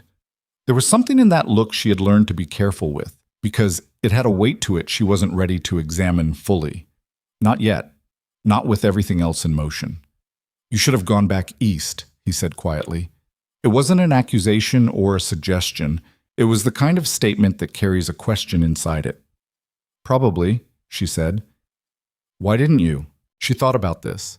She thought about the room she'd burned the letters in, and the drive home from Blackstone Ridge with the light in the kitchen window, and the blanket on her shoulders that morning she'd fallen asleep in the chair. Because I started to belong here, she said, and I'd rather fight for a place I belong than go back to a place I was just passing through. His jaw worked for a moment. He looked down at the ledger. Right, he said very quietly. She went to bed shortly after. She lay in the dark in her room and listened to the wind off the mountains and thought about the way he'd said right. Just that one word, soft and unguarded in a way that the rest of him so rarely was. She thought about it for a long time before she slept. The trouble that Voss had promised in the way that patient men promise things, not with words but with calculation, arrived in stages over the following 3 weeks. It was never dramatic. That was the particular nature of Gideon Voss's method. She came to understand. He did not make scenes. He made conditions. First, it was the supply situation. Pell came through at his usual time in the second week of February and was apologetic in the way of a man caught between obligations he hadn't chosen. Voss has a contract with the Southern Supply Depot, he said, not quite looking at either of them. They've been told to deprioritize deliveries to holdings that are in arrears with the Blackstone Bank. He shifted his weight. I don't make the rules. I just... You drive the wagon, Evelyn said, because Cade had gone very still in the way he went still when he was managing something. I drive the wagon, Pell confirmed miserably. What can you actually bring us? She asked. Basic staples, flour, salt, lamp oil. Anything that comes through the northern route is outside Voss's contract. He looked at the ground. I'm sorry, Cade. It's not your doing, Cade said. After Pell left, they took stock. The supply reduction was uncomfortable, but not yet dangerous. They had enough put by from the fall stores to carry them through February, and with careful management through March, they would be all right until the Clearwater market run. But all right and comfortable were different things, and they both knew it. Then the creek froze. Not the main channel that ran too fast and deep to freeze entirely in all but the worst winters, but the irrigation branch that fed the South Pasture's winter watering station. It froze solid in the third week of February during a week of temperatures that dropped below anything Evelyn had experienced, the kind of cold that made your eyes ache when you went outside and turned every metal surface into a potential injury. They had to haul water from the main creek to the South Trough twice daily, which added 2 hours to every day, and those were 2 hours they didn't have to spare. She didn't complain. She did the hauling. Cade watched her do it on the third morning without comment, and then the fourth morning he was already up and halfway through the first haul when she came out of the house. They did the second haul together without discussing whether they would. The thing between them had stopped being something she could simply observe from a careful distance, and had started being something she was inside. She noticed it in practical ways. The way she woke knowing exactly where he was in the house by sound, the way she could read the specific cast of his expression across the width of the barn, the way she had stopped needing him to explain what he meant by most things, because she had simply come to understand how his mind moved. It was not romantic, exactly, or not entirely. It was more intimate than that, in the way that everyday proximity can produce a kind of knowledge of another person that courtship doesn't touch. She did not examine it closely. There was too much else to manage. The second incident was more direct. She was returning from a supply trip to Blackstone Ridge in the last week of February, a short run for lamp oil and salt, the things Pell's reduced load hadn't included, when she was stopped on the track between the town and the first ridge by 2 men on horseback. She recognized one of them from Voss's visit to the valley, a heavy-set man with a short beard and the particular stillness of someone who has experience in physical intimidation. They stopped in the middle of the track, not moving to let her pass. She brought the wagon to a halt. "Miss Mercer," the heavy-set man said. "Gentlemen," she said. Her voice was even. Internally, she ran a quick inventory of her options, which were limited given that she was one woman in a wagon on an empty track in the middle of February. "Mr. Voss wanted us to check in on you," he said. "See how things are getting along up at the Holloway place." "Things are getting along well," she said. "Thank you for the concern." The man smiled. It was not a reassuring smile. "March market at Clearwater's coming up soon," he said. "Long drive through difficult country. Accidents happen on drives like that." She looked at him steadily. "Is that a warning?" she asked. "That's an observation," he said. "Mountains are unpredictable. Best to take care on the road." He nudged his horse sideways just enough to open the track. "You have a safe trip now." She drove through without looking at them again. She kept her hands steady on the reins and her eyes on the track ahead, and she did not give them the satisfaction of seeing her change pace, but her mind was working fast and hard the entire way back up to the valley. She told Cade that evening because this was not something she could decide to keep to herself. It was his cattle, his drive, his market run, and he needed to know what was sitting on the road between them and the debt payment. He heard it without interrupting. When she was finished, he was quiet for a moment. "How many men do you think Voss has?" she asked. "Enough," he said. "Can we take a different route to Clearwater?" "There are 2 viable routes, the south track through Garrison Pass and the low road through Miller's Canyon." He thought about it. "If Voss's men know the drive is happening, they'll have both covered." "Then we need to not be predictable," she said. He looked at her. "We leave earlier than planned," she said, thinking it through as she spoke. "Not a week before. Everyone knows the standard timeline. We leave before anyone expects the drive to begin. And we don't go alone." "Who goes with us?" She had been turning this over since the ride home. "There are other homesteaders in this valley who are carrying debt to the Blackstone Bank," she said. "Voss has been buying pressure on every small holding between here and the South Ridge. I know because Pell mentioned the Garland place, and I've heard about 2 other parcels." She paused. "If other families in this position are also bringing cattle to the Clearwater market, then we're a bigger problem," Cade said slowly. "Then we're not alone on the road," she said. He studied her across the table. The kitchen stove ticked with the cold, and outside the wind was doing what it always did in February, which was making the walls of the house have a conversation with it about structural integrity. "I don't have standing with any of those families," he said. "I've been up here on my own long enough that—" He stopped. "I'm not good at asking for help." "I know," she said. "You're better at it than I am." "I'm better at a lot of things than you are," she said. "This is not a secret." For a moment he looked startled. Then something in his face broke into the nearest thing to a real smile she had ever seen on him. Quick, almost surprised, as if his face had done it before he had decided whether to allow it. It changed his face entirely. She had not been prepared for what Cade Holloway's face looked like when he genuinely smiled, and she sat with the afterimage of it for a moment before she could organize her thoughts back to the matter at hand. "I'll ride out to the McCready place tomorrow," she said, "and to the Halverson homestead if the weather allows. I know there are 2 more families further south that Pell mentioned. The Dolan brothers," he said, "and a woman named Clara Finch who has 80 acres east of the river. I'll find them." "Evelyn." He said her name with a particular weight, and she realized it was the first time he had said her name, just her name without the formal Miss Mercer that he'd been using since the platform in October. She absorbed this without showing it. "If Voss's men are watching the roads, I'll take the ridge trail," she said. "It's longer, but it's above the main tracks." He was not happy about it. She could see that clearly. He was the kind of man who defaulted to doing difficult things himself rather than watching someone else take the risk. And the expression on his face, as he worked through the logic of why this made more sense than him going, she was less known, more mobile in a single-horse arrangement, unlikely to be stopped the way a man running a cattle drive might be, was the expression of someone overriding a significant internal objection. "Take the rifle," he said. "I know how to use it." "I know you know. Take it anyway." She took it. The ridge trail in February was everything she'd expected it to be, which was to say it was cold enough to make breathing a deliberate act and rough enough to make her question several decisions she'd made in the last 4 months.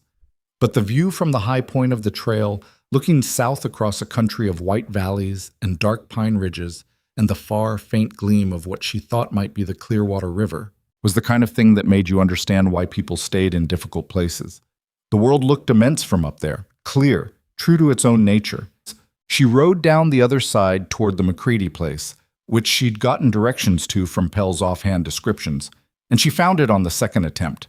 A modest homestead in a south-facing hollow, smoke coming from the chimney, 2 milk cows in the near paddock. A woman came out of the house before she'd even dismounted. Mid-40s, broad, with the direct eyes of someone who had long since stopped having patience for anything that wasn't useful. "You'd be Holloway's woman," she said. Evelyn chose not to spend time on the Holloway's woman, part of that. "Evelyn Mercer," she said. "I work his ranch. I'm here because I think we have something to talk about." The woman looked at her for a moment with those direct, assessing eyes. Then she stepped back from the door. "Come in then," she said. "Kettle's on." Her name was Ruth McCready, and she had been fighting Voss's pressure on her holdings since October. She listened to what Evelyn had to say with the careful attention of someone who has learned not to accept things at face value, but who knows an honest offer when she hears one. "The Dolans will come," she said when Evelyn finished. "They're young and stupid enough to be angry about it, which in this case is useful." She wrapped both hands around her coffee cup. "Clara Finch is harder. She's been out here alone for 4 years since her husband died, and she doesn't trust anyone she doesn't know." "Would she trust you?" Evelyn asked. Ruth McCready thought about that. "Maybe. If I went with you." "Then come with me." Ruth looked at her steadily. "You're not what people in town say you are," she said. "I'm aware of what people in town say I am," Evelyn answered. "Good." Ruth stood. "Let me get my coat." They found the Dolan brothers at their homestead further south. 2 young men in their late 20s with an unresolved argument about something clearly ongoing when the women arrived, and who shifted seamlessly from bickering to attention when the situation was explained to them. The elder one, whose name was Martin, asked 3 practical questions and then said he was in. The younger one, whose name was apparently just Dolan, which was confusing, said, "Anything that irritates Voss works for me," which was not the most strategic rationale, but was at least honest. Clara Finch was the last stop, and Ruth McCready had been right about her. She was a thin woman with gray-streaked hair and eyes like a hawk, that his learned distrust is simply accurate perception. She stood in her doorway and listened to Evelyn speak without expression. When Evelyn finished, Clara Finch said, "Why should I believe you're not working for Voss yourself?" It was the most direct version of the question she'd heard all day, and she respected it. "You shouldn't," Evelyn said. "Not on my word alone. Talk to Ruth. Ask around about me. I can wait." Clara Finch looked at Ruth McCready. "She's straight," Ruth said simply. Clara's gaze came back to Evelyn. Something in it shifted. "When do we leave?" she said. Evelyn rode back on the ridge trail in the last cold light of the afternoon with the rifle across her lap and the knowledge that they had what they needed. A coalition of 4 homesteads, 7 adults, and enough combined cattle to make the Clearwater market run something Voss couldn't simply intercept with 2 men on a trail. She was cold to the bone, and her thighs ached from the ridge saddle, and she was quite possibly going to be unable to move well for the next 2 days. She came down off the ridge into the valley with the mountains going dark above her, and the ranch house below, with smoke from the chimney and a lamp in the kitchen window. Cade came out onto the porch when he heard the horse. He stood on the porch and watched her come in, and she could see him tracking her in the fading light with the particular attention of a man who had been waiting and was not particularly comfortable with waiting. She brought the horse to the rail and got down.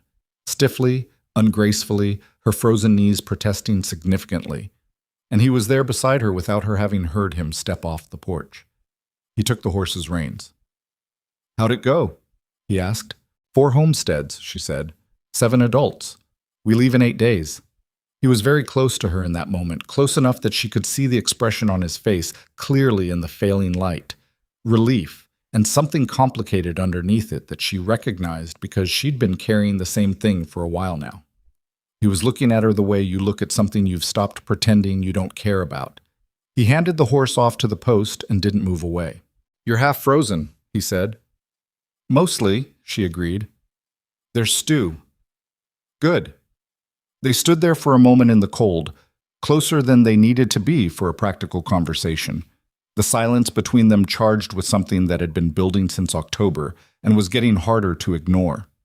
Then his hand came up and touched her face. Just once, briefly, the back of his fingers against her cheek, checking the cold there the way you'd check something you were genuinely worried about. He dropped his hand. "Come inside," he said. She followed him up the steps and through the door, and inside the kitchen was warm, and the stew smelled of salt pork and root vegetables and everything she needed. And she sat down at the table, and he put a bowl in front of her, and she ate without either of them saying anything more than what was necessary. But the hand was still on her cheek, in memory. She thought about it while she ate, while he moved quietly around the kitchen, while the stove ticked and the wind pressed against the walls and the mountains outside held their enormous, indifferent peace. She thought it might be the truest thing that had happened to her in a very long time. 8 days was not much time. It was enough time to get the 4 cattle ready for the drive, to pack the supply kit, to work out the route with Cade over the kitchen table with a hand-drawn map and 2 cups of cold coffee. It was not enough time to fully rest, to fully prepare, or to fully reckon with the fact that Gideon Voss had men who knew these roads and had already demonstrated they were willing to use them as leverage. But 8 days was what they had, and Evelyn had learned by now that the frontier did not negotiate on timelines. The coalition assembled at the Holloway Ranch on the morning of the 6th of March, arriving in 1s and 2s in the gray pre-dawn. Ruth McCready came first, driving a small wagon with 3 steers and a rope line behind her, her face composed in the way of a woman who has made her decision and is done reconsidering it.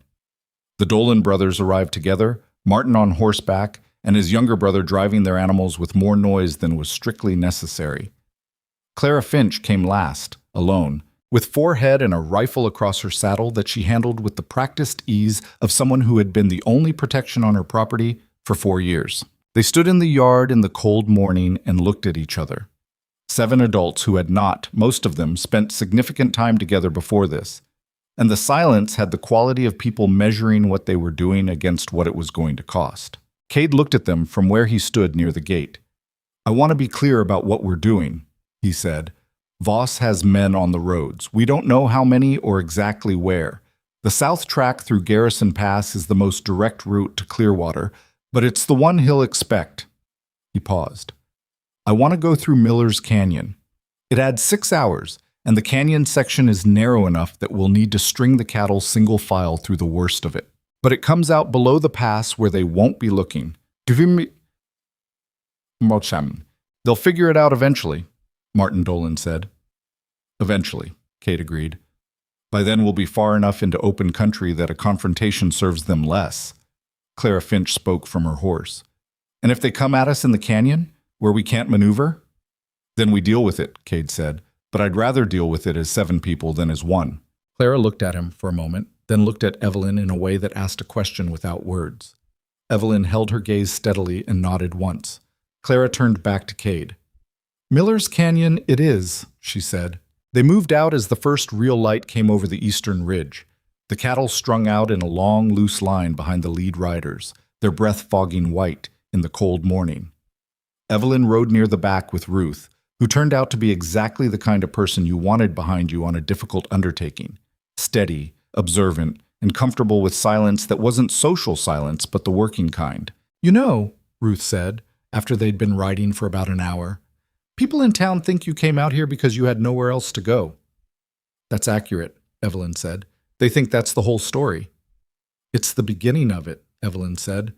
Ruth looked at her with those direct eyes. Cade Holloway hasn't let anyone near that ranch in 4 years, she said. Not since Emma died, not even to trade. I know. What changed? Evelyn thought about the platform in October, the cold and the humiliation, and the gray-eyed man who had stood there and said the only honest thing anyone said to her that day. I showed up at the right time, maybe, she said, or the wrong time, depending on how you look at it. Ruth was quiet for a moment. Then, he looks at you like you're the fence post holding up the whole north line. Evelyn looked ahead at the back of Cade's horse, moving steadily at the front of the column. Don't tell him that, she said. His head's the right size, and I'd like it to stay that way. Ruth made a sound that was unmistakably a laugh, short and genuine, and after that they rode in a companionable quiet that was easier than the conversation had been. Miller's Canyon entrance was a narrow throat of land between 2 rock faces that came down steep on both sides, the creek running through the bottom of it in a series of ice-edged channels. In summer it would have been passable, but tight. In early March, with ice on the north-facing sections of the rock, and the creek running higher than usual from snowmelt, it was genuinely demanding. The cattle did not like it. The cattle expressed their opinions in the universal language of animals that don't want to go somewhere, which is to say they slowed, balked, and periodically attempted to turn around. Martin Dolan earned his place in the group during the canyon passage. He had a particular way with reluctant cattle that seemed to involve a combination of specific sounds, specific pressure, and a patience that was at odds with his general manner of moving through the world at speed. He worked the difficult animals through the narrow sections with a focused competence that Evelyn found herself watching with appreciation. Where did you learn that? She asked, during a brief pause where they were waiting for the last 3 animals to clear a section of ice. Our father, he said. Then, with less warmth, before he left. She didn't push on it. The canyon took 4 hours. When they came out the other side into the broader valley below Garrison Pass, the light had moved well into afternoon and the temperature had dropped another degree or 2 with the shadows lengthening off the mountains. The country ahead was open enough that you could see a long way in most directions, which was both reassuring and clarifying. If they could see trouble coming, trouble could also see them. They camped that night in a stand of pine off the main track. Fire kept small, watches organized in 2-hour rotations. Cade took the first watch, and Evelyn took the second. And when she came out to relieve him at midnight, the stars were the particular cold brilliance of high-altitude winter sky, absurdly beautiful, too large to look at comfortably. He stood up from the log he'd been sitting on, rifle across his knees. Quiet, he said. Good kind of quiet, or just quiet? He considered this with more seriousness than she'd meant it. The second one, he said, which might be the same as the first. She took the rifle. He didn't move immediately, standing there in the cold starlight with his breath coming in small, regular clouds. Evelyn, he said. She looked at him. Whatever happens at Clearwater, he stopped. Started again. I want you to know that what you've done for this ranch, what you've done for me. He was not a man who had easy access to this kind of sentence, and she could see him working against that, the way you work against a current. I don't have language for it. You don't need language for it, she said quietly. He stood there for another moment. Then he put his hand briefly on her shoulder, the same plain, unperformed gesture as the touch on her cheek, just contact, just acknowledgement, and went to his bedroll. She sat through her watch in the cold and the silence and the vast starred dark, and she thought that whatever came next, the market, the debt, Voss, all of it, this particular moment, on this particular night, was something she would keep. They reached the outskirts of Clearwater on the afternoon of the second day, road-worn and cold, the cattle thin-tempered from the drive. The town was larger than Blackstone Ridge, a proper market town with a main street that had 4 functioning establishments on each side and a livestock auction yard on the southern edge that smelled exactly as you'd expect. The market manager, a harried man named Forsyth, met them at the gate with the expression of someone who has dealt with difficult arrivals before and has developed a specific face for it. "Holloway," he said. "Your confirmation said 4 head." 4, Cade confirmed. +3 from McCready, 4 from Finch, and 6 from the Dolan operation. We're registering as a combined lot with individual seller accounts. Forsyth looked at the assembled group. Something in his expression suggested he was revising his expectations for the afternoon. 17 head total, he said. 17, Cade said. They were processed and penned before dark. Evelyn helped with the final paperwork at the market office. Cade's handwriting was functional, but she was faster and more precise, and he handed over the pen without being asked after the first 2 forms, which she considered a significant gesture from a man who was not accustomed to handing things over. The 4 animals from the Holloway ranch were in prime condition. She had made sure of that over 4 months of meticulous feeding and monitoring, and it showed in the weight and the coat and the composed way they stood in the pen. The auction was the next morning. She did not sleep easily that night. None of them did, she suspected.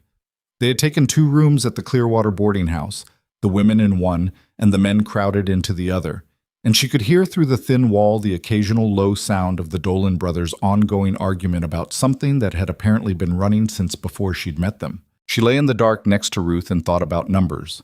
The debt payment. The margin. The other 20% that had seemed findable in theory and was now approaching in practical terms with significant speed. Clearwater prices in early March were historically lower than the fall market.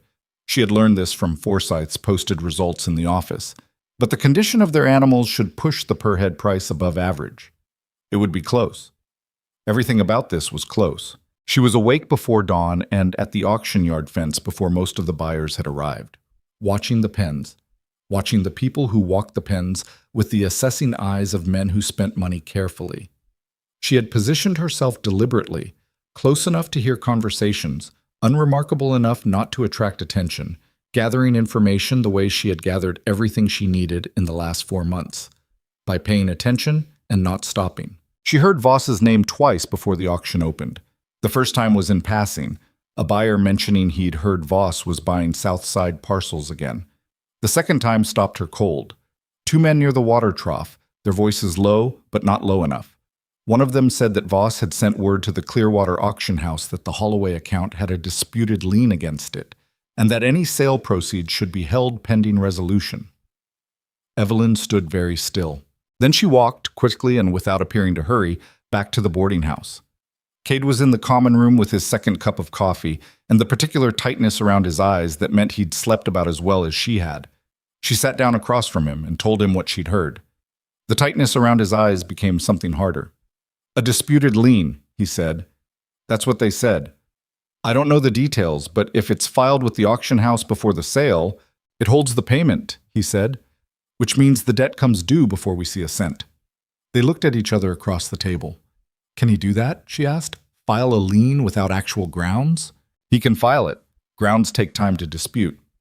Cade's jaw was set. By the time it's resolved, the bank calls the debt and Voss buys the note. He's been through this before. He set his cup down with a controlled care that was more alarming than if he'd slammed it. He planned this from the beginning. The market run, the route. He knew we'd try. Ruth appeared in the doorway of the common room. She had clearly heard enough. "Can we prove the lien is false?" she asked. "We'd need the bank records and a lawyer," Cade said, "neither of which we have in Clearwater in the next." He looked at the window, calculating light. 4 hours before the auction opens. Evelyn was already thinking. She was doing what she did when a problem required her to ignore the emotional weight of it and treat it as a structure that had weak points, looking for the weak point. The disputed lien has to be filed with the auction house, she said. That means it's a piece of paper. A piece of paper filed by someone with authority to file it. She paused. Who has that authority? The bank, or a legal representative. Voss doesn't own the bank, she said. He has connections to the bank. There's a difference. Cade looked at her. What are you thinking? I'm thinking that a disputed lien filed without proper documentation through a third party, rather than the bank itself, is not a valid lien. She said it slowly, working through it. I'm thinking that Forsyth, the market manager, is a man who runs a legitimate operation and does not want legal complications attached to his auction house. She met Cade's eyes. I'm thinking we get to Forsyth before Voss's man does. The silence lasted about 3 seconds. Go, Cade said. She was already on her feet. Forsyth was in his office behind the auction yard, working through the morning's lot sheets. He was not pleased to see someone at his door before business hours, and he was even less pleased when Evelyn explained the situation.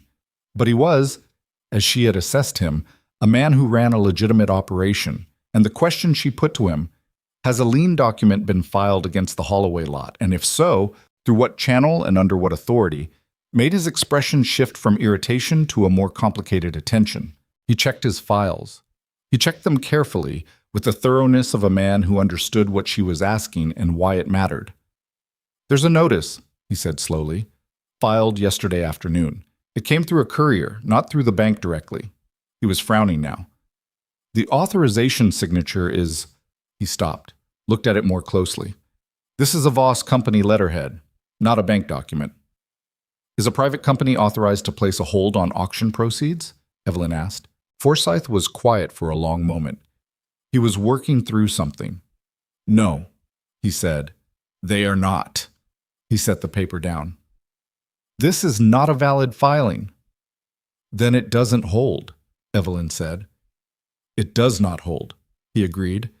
He was looking at her with an expression that had shifted from managed tolerance to something closer to respect.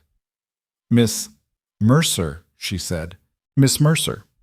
He picked up the document and placed it in a separate pile with the particular finality of a man who has made an administrative decision. The Holloway lot will proceed without encumbrance, as will the others in your group. She thanked him and walked back out into the cold morning yard. Her knees, she noticed, were not entirely steady. She stopped for a moment against the fence rail and let the cold air work on her face. The auction opened at 9. She stood at the fence with Ruth and Clara Finch and watched the Holloway cattle enter the ring. And she watched the bidding with the particular focused attention of someone who has spent 4 months ensuring that what is being sold is worth what they believe it to be worth. It was. The per-head price came in above the posted average. Not dramatically above. This was not a story where things go perfectly, but enough. When the final numbers were totaled across all 4 lots and Forsyth's clerk handed Cade the combined settlement sheet, she watched him read it twice, his face very still. He looked up. He found her in the small crowd, which took perhaps 2 seconds, because she had noticed that he always seemed to know approximately where she was. He held up the paper. She could see from the expression on his face that it was enough. Not everything, not all the margin she had hoped for, but enough for the debt payment, enough to get through to spring, enough that the ground under the Holloway Ranch was still the Holloway Ranch. Ruth put a hand on Evelyn's arm without saying anything. Clara Finch, who was not given to demonstration, walked over and stood beside her at the fence in a silence that was its own kind of acknowledgement. The Dolan brothers were, predictably, louder about it. Cade made the debt payment at the Clearwater bank branch that afternoon, and Evelyn stood beside him while the clerk processed it with the careful efficiency of someone doing something ordinary, which it was. An ordinary bank transaction, the kind that happened dozens of times a day. She had been building to this transaction for 4 months. She watched the clerk's pen move across the ledger and thought that the most important things in a life very often looked, when they finally happened, like nothing in particular. Paid in full, the clerk said, stamping the document. March 7th, 1885. Cade took the receipt. He looked at it for a moment, then he folded it and put it in his coat pocket with a careful, deliberate motion. He did not say anything. There was nothing wrong with that. They gathered the group for the ride home late that afternoon, later than was wise for the first miles, but none of them wanted to stay another night in Clearwater with the knowledge that Voss was somewhere in the region recalculating his approach. The canyon return would be easier without the cattle. They would make better time. They were 2 hours out of town, moving through the lower valley track in the fading light, when Cade rode up beside her. He'd been at the front of the column all day. She'd been in the middle. He brought his horse alongside hers, and they rode that way in silence for a while. "I owe you more than I can account for," he said finally. "You don't owe me anything." "Evelyn." "The ranch does well, I do well," she said. "That's what we agreed in October." He was quiet for a moment. "What we agreed in October," he said carefully, "is not what this has become." She looked at him. He was looking ahead at the track, his profile set in the dimming light. "No," she said. "It isn't." He didn't say anything more, but he kept his horse alongside hers for the rest of that hour's riding, and she did not mind. And the country around them settled into the blue-gray of early dusk, and somewhere above the western ridge the first stars appeared in a sky that had gone the color of deep water. It was not a resolution, it was not a declaration, but it was something. And she was, by now, experienced enough with hard-won things to understand that something was not nothing. It was, in fact, the beginning of everything. Gideon Voss was not a man who accepted outcomes he hadn't chosen. This was the thing about him that Evelyn had understood intellectually since November, but understood in her body on the ride home from Clearwater, when the relief of the debt payment had worn down enough to let the other thing through. The awareness that they had won a transaction, not a war, and that Voss was the kind of man for whom losing a transaction was simply information about what to try next. The ride back through Miller's Canyon was easier without the cattle and harder in the particular way of return journeys, when the urgency that carried you out is replaced by the weight of what you're going back to. The group split at the canyon's north exit. The Dolan brothers going east, Clara Finch turning south toward her 80 acres, Ruth McCready with a brief handclasp for Evelyn, and nothing wasted in the way she said goodbye. They were not people who performed their feelings. Evelyn respected that entirely. She and Cade rode the last stretch to the valley in the kind of quiet that had become their natural register. But it was different now in a way she noticed. Less careful, less maintained. Something had shifted on the road, and neither of them was pretending it hadn't, which itself was a change. They had spent 5 months in careful avoidance of the thing between them, and the avoidance was becoming more work than the acknowledgement. She thought about what he'd said on the evening track. What we agreed in October is not what this has become. She had agreed with him. That was the part she kept returning to. She had said no. It isn't with the plainness of someone who is done managing around a truth. And he had heard it, and they had ridden the rest of that hour side by side in a silence that was full rather than empty. They came through the valley gate at dusk on the second day, and the first thing Evelyn noticed was November at the paddock rail, watching them come in with her ears forward. The second thing she noticed was that the front door of the ranch house was standing open 3 inches. She and Cade both saw it at the same time. He pulled up his horse. She was already reading the yard, nothing obviously disturbed, the barn door closed, the outbuildings intact. But the front door, in March, in the cold, did not stand open on its own. "Stay here," he said. "No," she said simply, and dismounted. He looked at her for a half-second with an expression that contained an entire argument he had already decided wasn't worth having, and then dismounted himself. They went to the house together, and what they found was not destruction. It was something more deliberate than that. The kitchen had been gone through carefully, not ransacked, not broken, but examined. The ledger was open on the table to a page it hadn't been on when they left. The tin on the shelf where Cade kept the ranch's secondary cash had been moved and replaced with its lid ajar. Nothing was missing, nothing was broken. It was a message. The same methodology as the pulled fence posts. Not damage, but demonstration. We were here. We can be here. Consider what that means. Cade stood in the kitchen and looked at the open ledger. "He's escalating," he said. "Yes. He knows the debt is paid.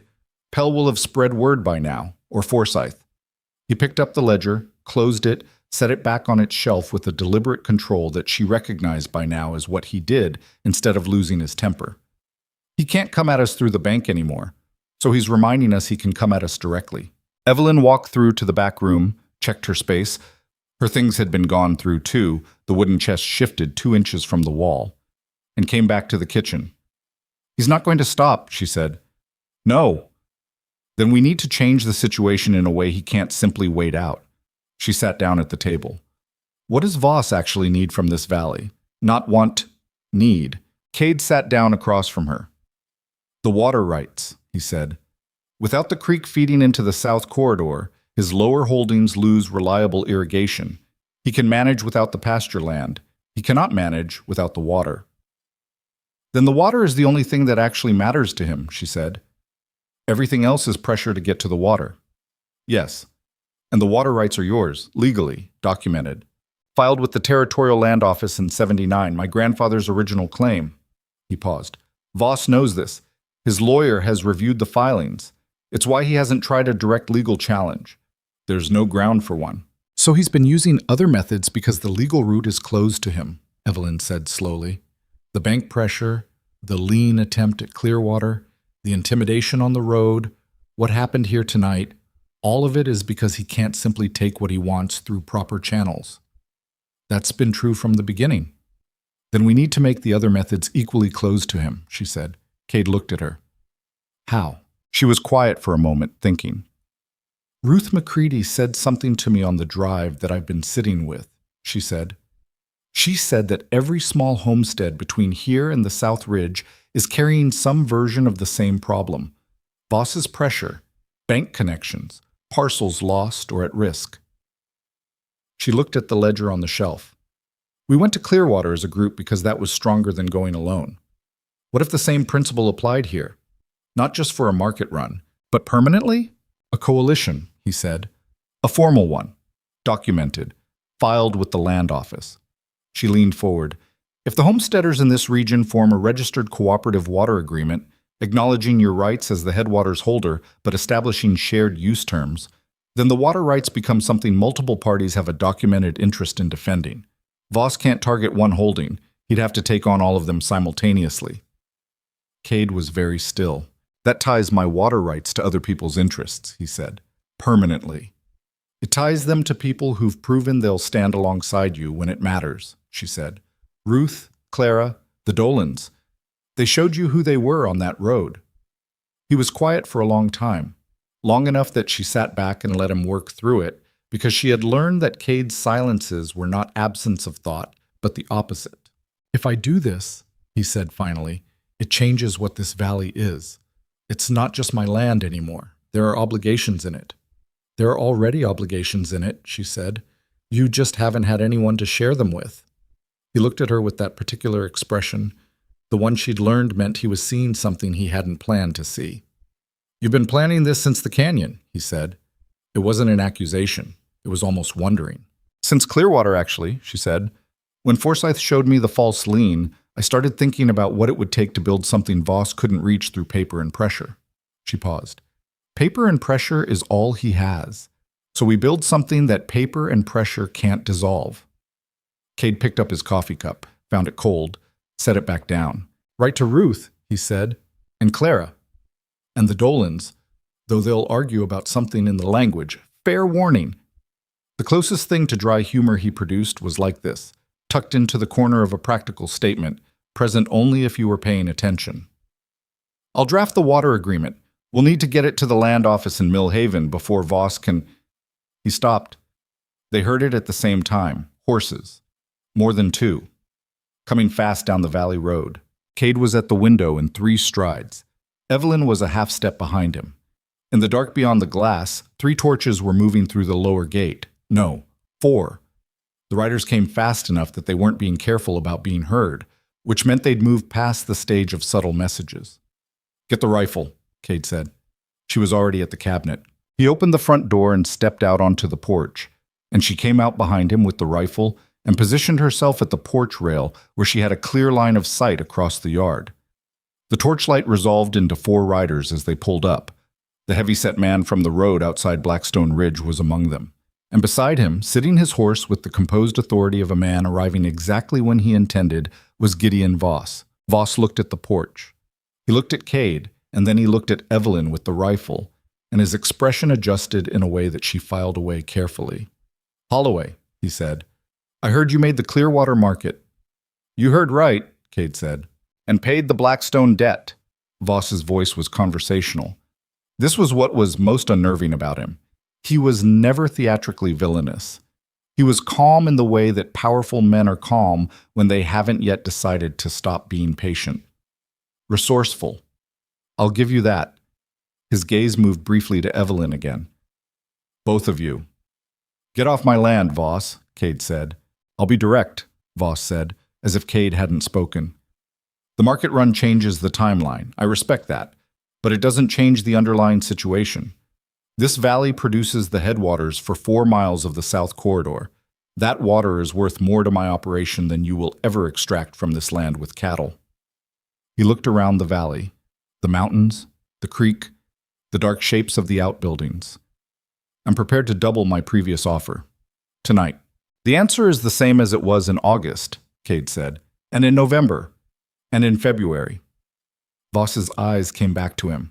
Something in them had shifted, very slightly, from patient to something more deliberate. "There are other ways this ends," Voss said. "I want you to understand that I have exhausted my preference for the easier ones. What comes next is less pleasant for everyone." "Is that a threat?" Evelyn said. Voss looked at her directly. "It's a statement of fact," he said. "I don't make threats, Miss Mercer. I make plans." He let that sit for a moment. "You're an intelligent woman. You understand what I'm saying." "I understand exactly what you're saying," she said. "I also understand that you filed a fraudulent lien with the Clearwater auction house, that your men entered this property without authorization this evening, and that the rider who stopped me on the track to Blackstone Ridge last February made what could reasonably be described as a threat against our market drive." She kept her voice entirely level. "I understand all of that. I'm curious whether your lawyer does." A silence. One of Voss's riders shifted in his saddle. Voss looked at her with the full, undivided attention of a man who is recalculating something. "You've been busy," he said. "I've been thorough," she answered. Voss was quiet for a moment.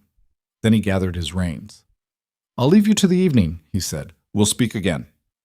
He turned his horse, and his riders turned with him, and they went back up through the valley in the dark, with their torches throwing long, unsteady shadows across the snow.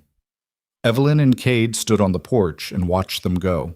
When the sound of hoofbeats had faded entirely, she became aware that her grip on the rifle had been significantly tighter than was practical, and she deliberately relaxed her hands. "The lawyer part," Cade said. "Do we have anything that would actually hold up?" "The lien attempt at Clearwater. Forsyth saw it, pulled it. We have the market record showing the sale proceeded. The road incident you witnessed. The entry tonight. Nothing's damaged, but I can document it." He paused. "It's not airtight." "It doesn't need to be airtight," she said. "It needs to be enough to make a legal challenge more trouble than he wants. Voss is a businessman. He calculates cost. We'd need a lawyer.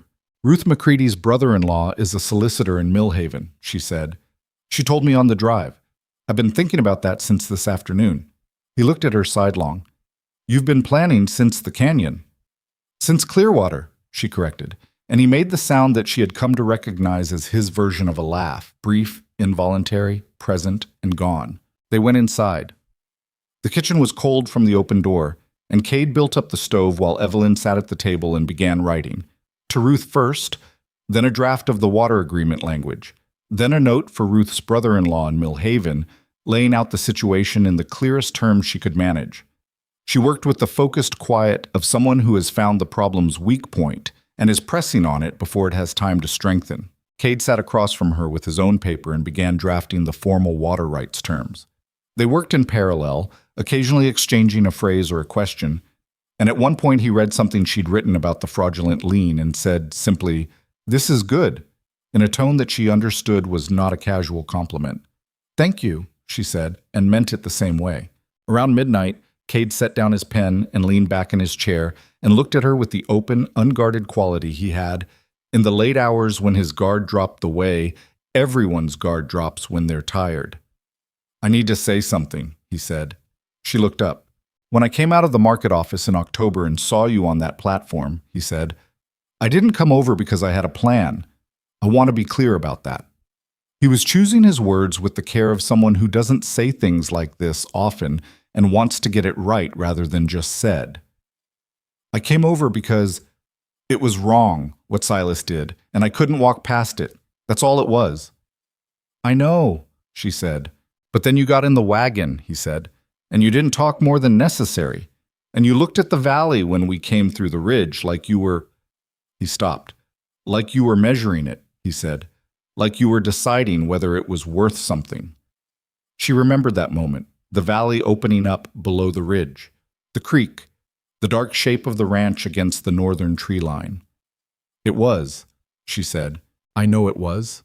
He looked at his hands on the table. I just wanted to tell you that it wasn't charity, what I offered you. I wasn't feeling sorry for you. He was struggling now, and she let him struggle, because it was important that he get to the end of it himself. I recognized something, he said finally. I didn't know what, but I recognized it. She was quiet for a moment. I recognized something too, she said. On the platform, in the wagon. She paused. It took me longer to know what it was. When did you know? She thought about this honestly. February, she said. When you put the blanket on me while I was asleep. He looked at her. That was January, he said. I know. It took me until February to understand what it meant. She met his eyes. That's not slow. That's careful. Something in his face eased, just slightly, the way a muscle eases when you've been holding tension in it too long and finally let it go. Careful, he said. I've had reason to be careful, she said. I imagine you have too. Yes, he said.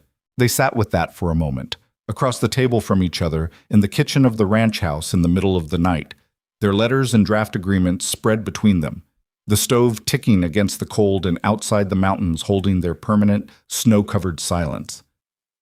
I'm not asking for anything, he said. I'm not... He paused. I just wanted you to know that what I feel here... He stopped, looked frustrated with himself. Cade, she said. He looked at her. I know, she said simply. He was very still for a moment. Then he exhaled, slow and long, and she understood this to be the release of something he had been carrying for quite a while. Right, he said. She picked up her pen. He picked up his. They went back to work.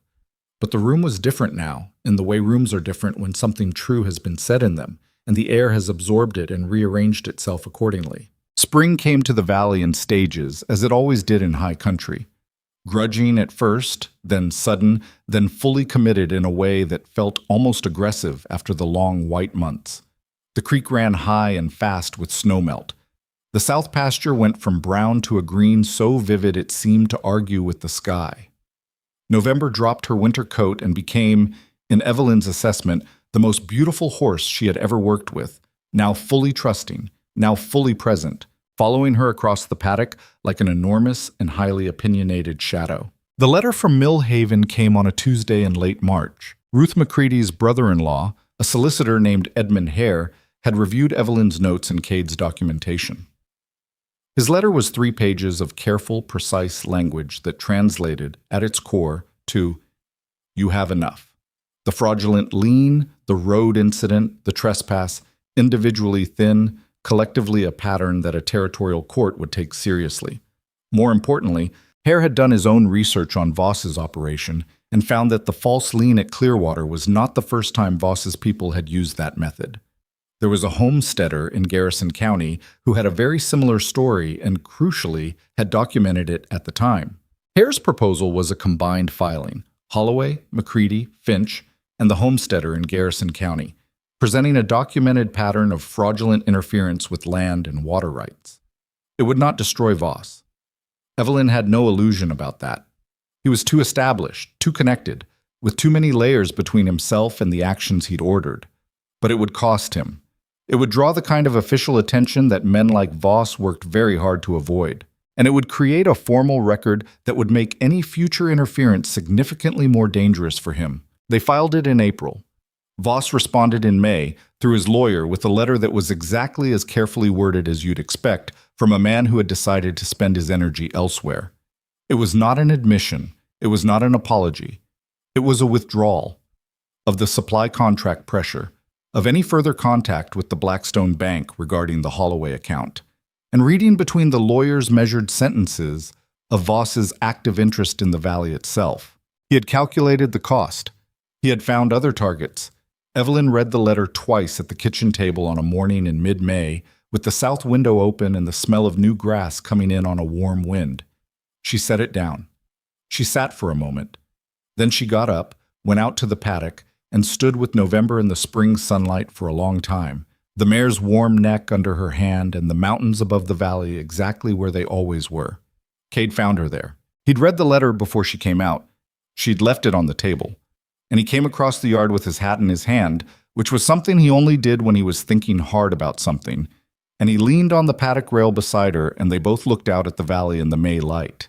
"It's not over," he said. "No," she agreed, "but it's better. Significantly better," he said. He was quiet for a moment. When Forsyth wrote to confirm the filing was accepted by the territorial court, he mentioned your name specifically, said the documentation was the clearest he'd seen in a contested water rights matter in 12 years. She smiled at that. She couldn't help it. "Don't," he said, with something that was definitely the beginning of his actual smile. "I'm not doing anything," she said. November pushed her nose between them in the decisive way she had when she felt insufficiently acknowledged, and they both stepped back slightly to accommodate her, and the movement brought them close enough that their shoulders were touching against the paddock rail. Neither of them moved away. "I've been thinking," Cade said after a moment, "about the east pasture, the section past the Second Creek branch. It's been fallow since Emma's time." He was looking at the pasture in question, visible from where they stood. "There's good ground in it. With the right investment, you could run a separate operation on that land, smaller, more targeted." He paused. "I've been thinking about the kind of breeding program that—" "Cade," she said. He stopped. "Are you offering me the east pasture?" she asked. He was quiet for a moment. "I'm saying the east pasture would benefit from someone with your judgment running it," he said. "If that person wanted to." "As an employee," she said. The pause this time was longer. "No," he said, "not as an employee." She turned to look at him. He was looking at the east pasture, not at her, with the particular set of his jaw that she knew meant he was saying something important and was committed to finishing it. "As a partner," he said. "In the ranch, in—" He stopped. "In everything, if you'll have it." The valley was very quiet. Somewhere behind them the creek ran steady and high and clean, the sound it made without pause, without stopping, simply the consistent sound of water moving across good ground. November huffed against Evelyn's coat. "Everything's a broad term," Evelyn said. "I mean it broadly," he said. She looked at him. He finally turned and looked back at her, and his face was the unguarded face she'd come to know in the late evenings, the one that had no performance in it, just the man. "Yes," she said. He held her gaze for a moment, as if confirming she had said what he heard. Then he turned back to the valley, and she turned back to the valley, and they stood together at the paddock rail in the May light, with November between them and the mountains behind them, and the east pasture green and waiting below. It was enough. It was, in fact, more than enough. It was the kind of thing you don't know you've been building toward until you're standing in it and you look back and see the whole shape of it for the first time, the whole long shape of it, from a platform in October to here. The east pasture took a full summer to bring back. That was the honest version of it. Not a transformation, not a revelation, just consistent, unglamorous work across the long months of 1885, while the valley found its new shape around them. Evelyn attacked the fallow ground the same way she had attacked everything since October, methodically, without announcing her intentions, simply by showing up every morning and doing the next necessary thing. The soil was good beneath the years of neglect. She had been right about that, right in the way she was right about most practical matters, through attention rather than expertise. By July, the east pasture was fenced and seeded. By August, it had 3 breeding mares and a working arrangement with the McCready operation 2 valleys over that would bring in additional revenue by spring. It was not a perfect operation. One of the mares turned out to have a respiratory condition that cost them 2 weeks and most of their medical supplies to treat. The fencing on the north edge needed to be entirely redone after Evelyn discovered, in a moment of considerable frustration, that the original posts had been set at the wrong depth and would not survive a second winter. She redid them herself over 3 days in August, heat that was relentless in a way high country summers sometimes were. And Cade worked alongside her without being asked, and by the end of the third day they were both too tired and too dirty to be anything other than completely honest with each other, which she had come to understand was one of the better conditions for honesty. "You should have told me about the posts in June," he said, driving the last stake. "I wasn't sure in June," she said. "You were sure in June," he said. She considered this. "I was fairly sure in June," she allowed. "Next time you're fairly sure," he said. "Tell me." "Next time you notice something I haven't fixed yet," she said, "assume I've noticed it too and I'm working on a timeline." He looked at her. "Right," he said. "Fair." This was how they argued, which was to say they didn't argue so much as have direct conversations about operational disagreements that occasionally had an edge to them and resolved themselves through the application of basic honesty and the mutual understanding that neither of them was going to pretend to be wrong about something they weren't wrong about. It was not romantic in the way that stories tend to make things romantic. It was better than that. It was functional, and functional was the thing that lasted.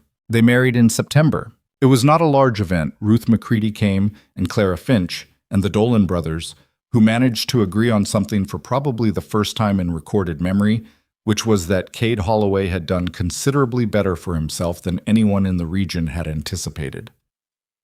Edmund Hare came down from Millhaven, because he had become something like a friend through the course of the legal proceedings, and because Evelyn had asked him and he was not the kind of man who refused a direct request from someone he respected. The ceremony was performed by the Blackstone Ridge Justice of the Peace, who had the practical efficiency of a man who understood that the legal language was what mattered, and that everyone present was there for the outcome, rather than the performance. Evelyn wore her blue dress, the same one she'd arrived in, cleaned and carefully pressed. She had considered buying something new, and had decided against it. The dress was the one she'd worn when she stepped off the train with nothing, and wearing it now felt like the correct acknowledgement of the distance between that moment and this one. Cade noticed. She saw him notice, saw the brief comprehension cross his face when he looked at her across the small gathering in the ranch yard, and the expression that followed was one she had never quite seen on him before. Something that was close to undone, in the best possible sense. He composed himself within seconds, because he was Cade, but she had seen it, and she kept it. "You could have worn something else," he said quietly, when they were briefly alone near the corral before things began. "I know," she said. He looked at her for a moment. "The dress was there when everything else fell apart," he said. "Yes," she said. "Now it's here," he said. "Yes," she said again. He nodded once, the way he did when something had been said that didn't require addition. November watched the whole proceeding from the paddock rail with an expression of calm superiority, as if she had been aware of this outcome since approximately October and was simply waiting for the humans to catch up. What Evelyn had not anticipated, what you cannot quite anticipate until you are inside it, was the way that belonging to a place and a person changed the texture of every day. Not dramatically, not in the ways that stories typically describe, where love arrives like weather and rewrites the world. It was smaller than that and more persistent. It was waking up in a room that was hers, genuinely hers now, not the back room with the bolt on the door, but the front room with the east window that caught the morning, and hearing the sounds of the ranch beginning its day around her and knowing her place in it. It was sitting across from Cade at the breakfast table and having him say, without looking up from the ledger, "The south gate latch is loose," and knowing that this meant he trusted her to deal with it if she was going that way. It was November following her to the paddock gate and standing while she worked the latch and leaning her big warm head against Evelyn's shoulder with the proprietary affection of an animal who had decided this human was hers. It was belonging, not the kind that's handed to you, the kind you build out of consistent mornings. What she had not anticipated either was that the valley would begin to gather people. It started in the autumn of that first year, 1885, with a family named Brecht who appeared at the valley gate in October. Husband, wife, 3 children, everything they owned in a wagon that had seen significant hardship, having heard, through the chain of accounts that travels through frontier country in all directions at once, that the Holloway Valley was a place where people in difficulty might find temporary shelter. Evelyn let them in before she'd consulted Cade, which she mentioned to him afterward with the forthrightness that had become their habit. I let a family in at the south gate this afternoon, she said at supper. He looked up from his plate. They have 3 children, she said. The youngest is sick. They've been on the road from Nebraska since August. He put down his fork. He looked at her for a moment. Where did you put them? He said. The old bunkhouse. I've got the stove going in there. He picked up his fork again. I'll look at the child in the morning, he said. I've got some of the medicine left from November's treatment. Might work for a respiratory situation. She looked at him. What? He said. Nothing, she said. But it was not nothing. It was the confirmation of something she had understood theoretically and was now watching in practice.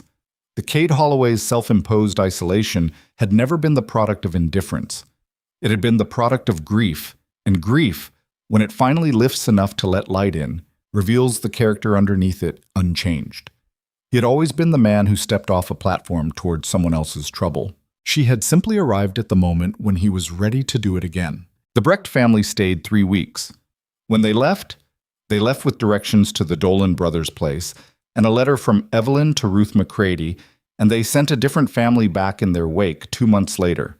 A young woman, recently widowed with an infant, who showed up at the Valley Gate in December with the particular expression of someone who has used up every other option. Her name was Iris. She stayed through spring. By the 2nd year of their marriage, the bunkhouse had been properly renovated and was in more or less continuous occupation by someone who needed time and ground to stand on before moving forward.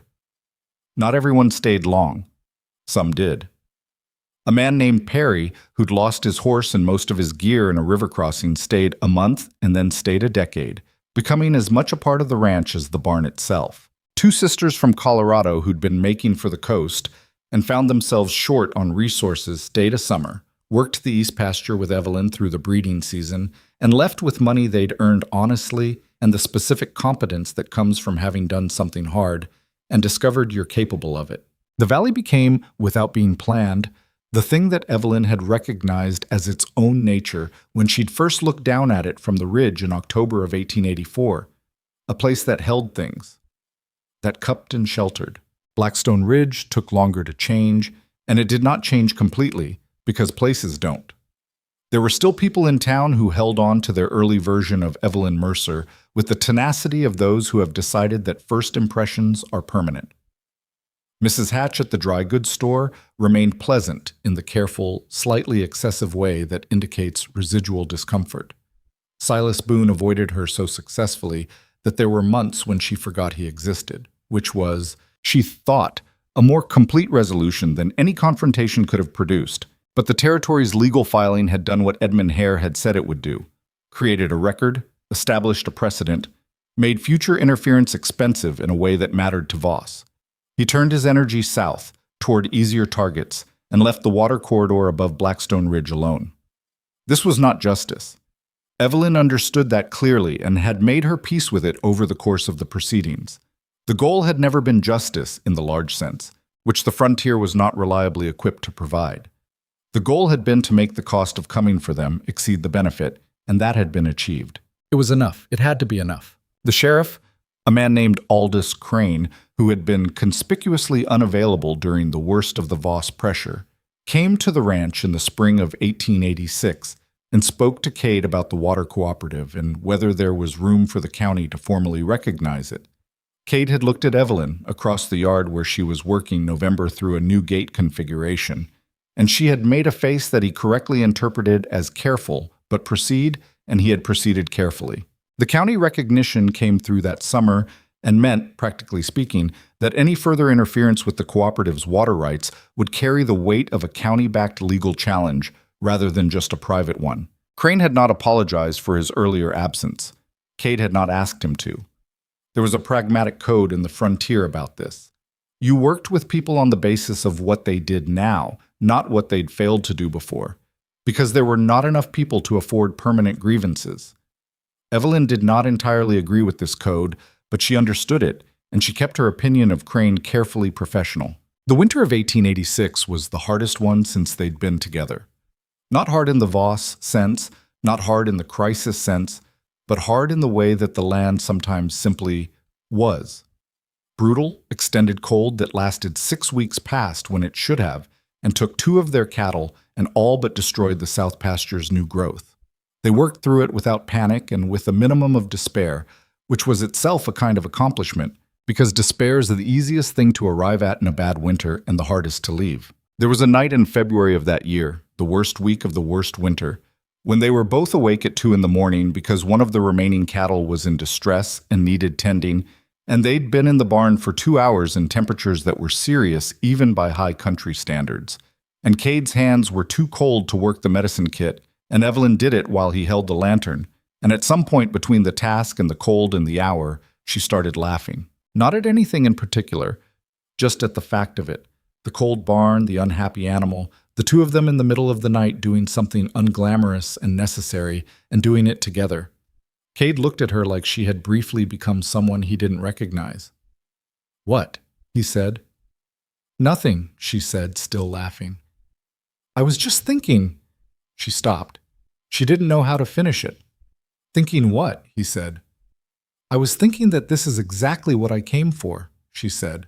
He looked at her for a long moment. The lantern swung slightly in the cold draft from the barn door. "You came for a man who didn't exist," he said. "I came west," she said. The man was incidental. She turned back to the cattle. "This is what I actually came for. The work. The ground. She paused. "The specific quality of 2 in the morning in a cold barn with someone you trust." The silence had a particular texture.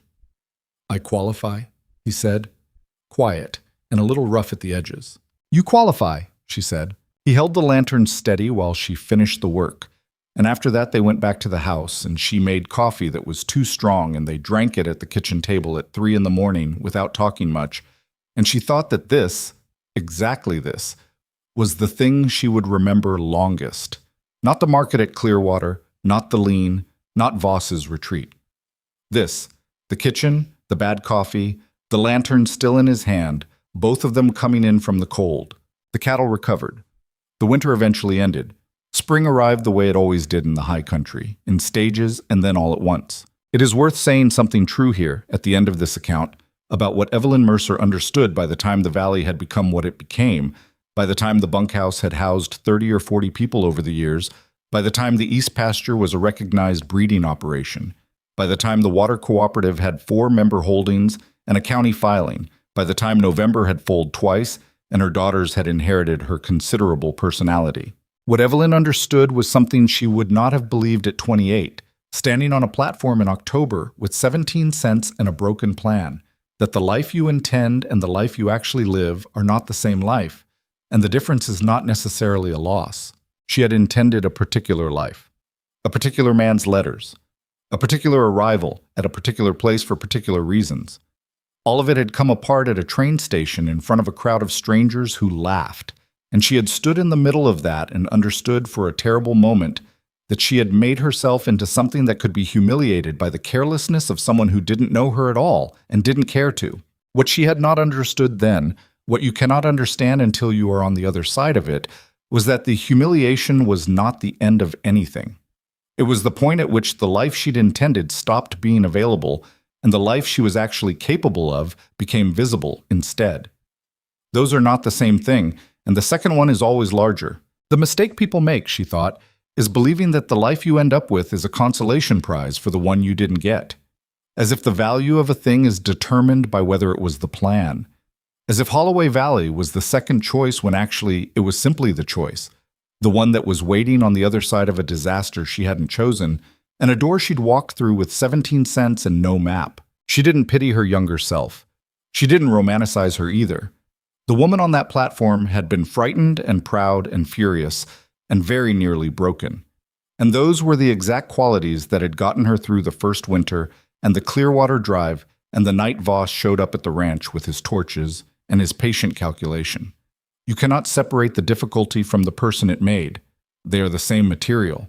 There was a morning in the late autumn of 1888, 3 years after the October she'd arrived, when she was in the East Pasture with November's elder daughter, a young mare she'd named March, working through early groundwork with the focused patience that good horsework requires.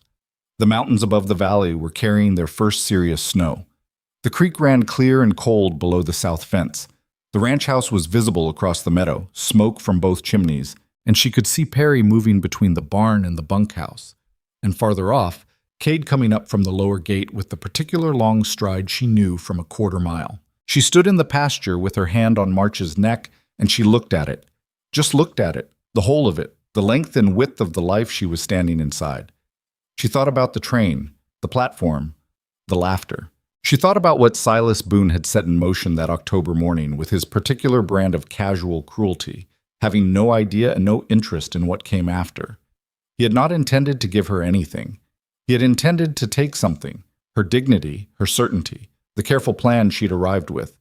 What he had not known, what he could not have known, was that the taking created a kind of opening, and into that opening she had walked, cold and frightened and carrying one case, and found not what she'd planned for, which had never been real, but what was actually there. Cade came across the meadow and stopped at the fence rail. "March is going well," he said. "She's going to be better than her mother," Evelyn said.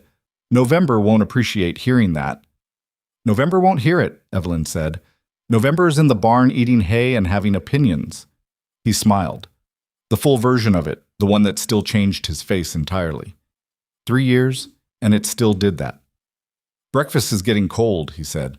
She gave March a last stroke along the neck and came to the fence.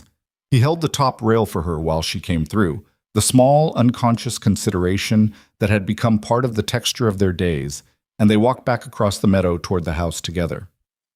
"Iris wrote," he said. "She's in Portland. The shop is doing well. I'll write back today. The Brecht boy, the youngest one, the sick one from the first winter. He's an apprentice at a surveyor's office in Millhaven, apparently. He's what, 15 now? 16. She thought about the small, feverish child in the bunkhouse that first October, and the medicine borrowed from a horse's treatment, and the particular relief of watching someone recover from something that could have gone the other way. "That's good," she said. "Yes," he said. They walked in the cold autumn morning back to the house, and inside it was warm, and the coffee was on, and there was bread from the previous day on the board. They sat down together at the table and ate breakfast with the ease of two people who have shared 1,000 mornings and will share 1,000 more, all of them different, all of them accumulating into the particular unrepeatable shape of a life. Outside, the mountains held their snow. The creek ran on. November was in the barn having opinions. And the valley, Holloway Valley, the place that travelers and settlers and the desperate and the hopeful had started finding their way to, lay quiet in the autumn light, doing what it had always done, holding what came to it, making room. There is no clean lesson in a life, which is the thing that stories often get wrong. There is no single moment where the meaning assembles itself and becomes visible. It comes in pieces, and you carry them separately for a long time before they begin to fit together. And even then, the picture is not complete. It is just more complete than it was, which is all that can honestly be asked. What Evelyn Mercer had learned in the years between the platform and the east pasture on that autumn morning was simpler than she would have predicted, that belonging is not given. It is not arrived at by plan or by hope or by the letters of a man who is never honest with her. It is built, the way fences are built, one post at a time in cold ground, with your hands on days when you would rather be doing something else. And it is built with people, imperfect, complicated, sometimes unavailable people who have their own ground that's been frozen and their own posts that have heaved out of place. And the building is the relationship, not the destination. She had come west for a life that didn't exist. She had found one that did. That was not luck, though there was luck in it.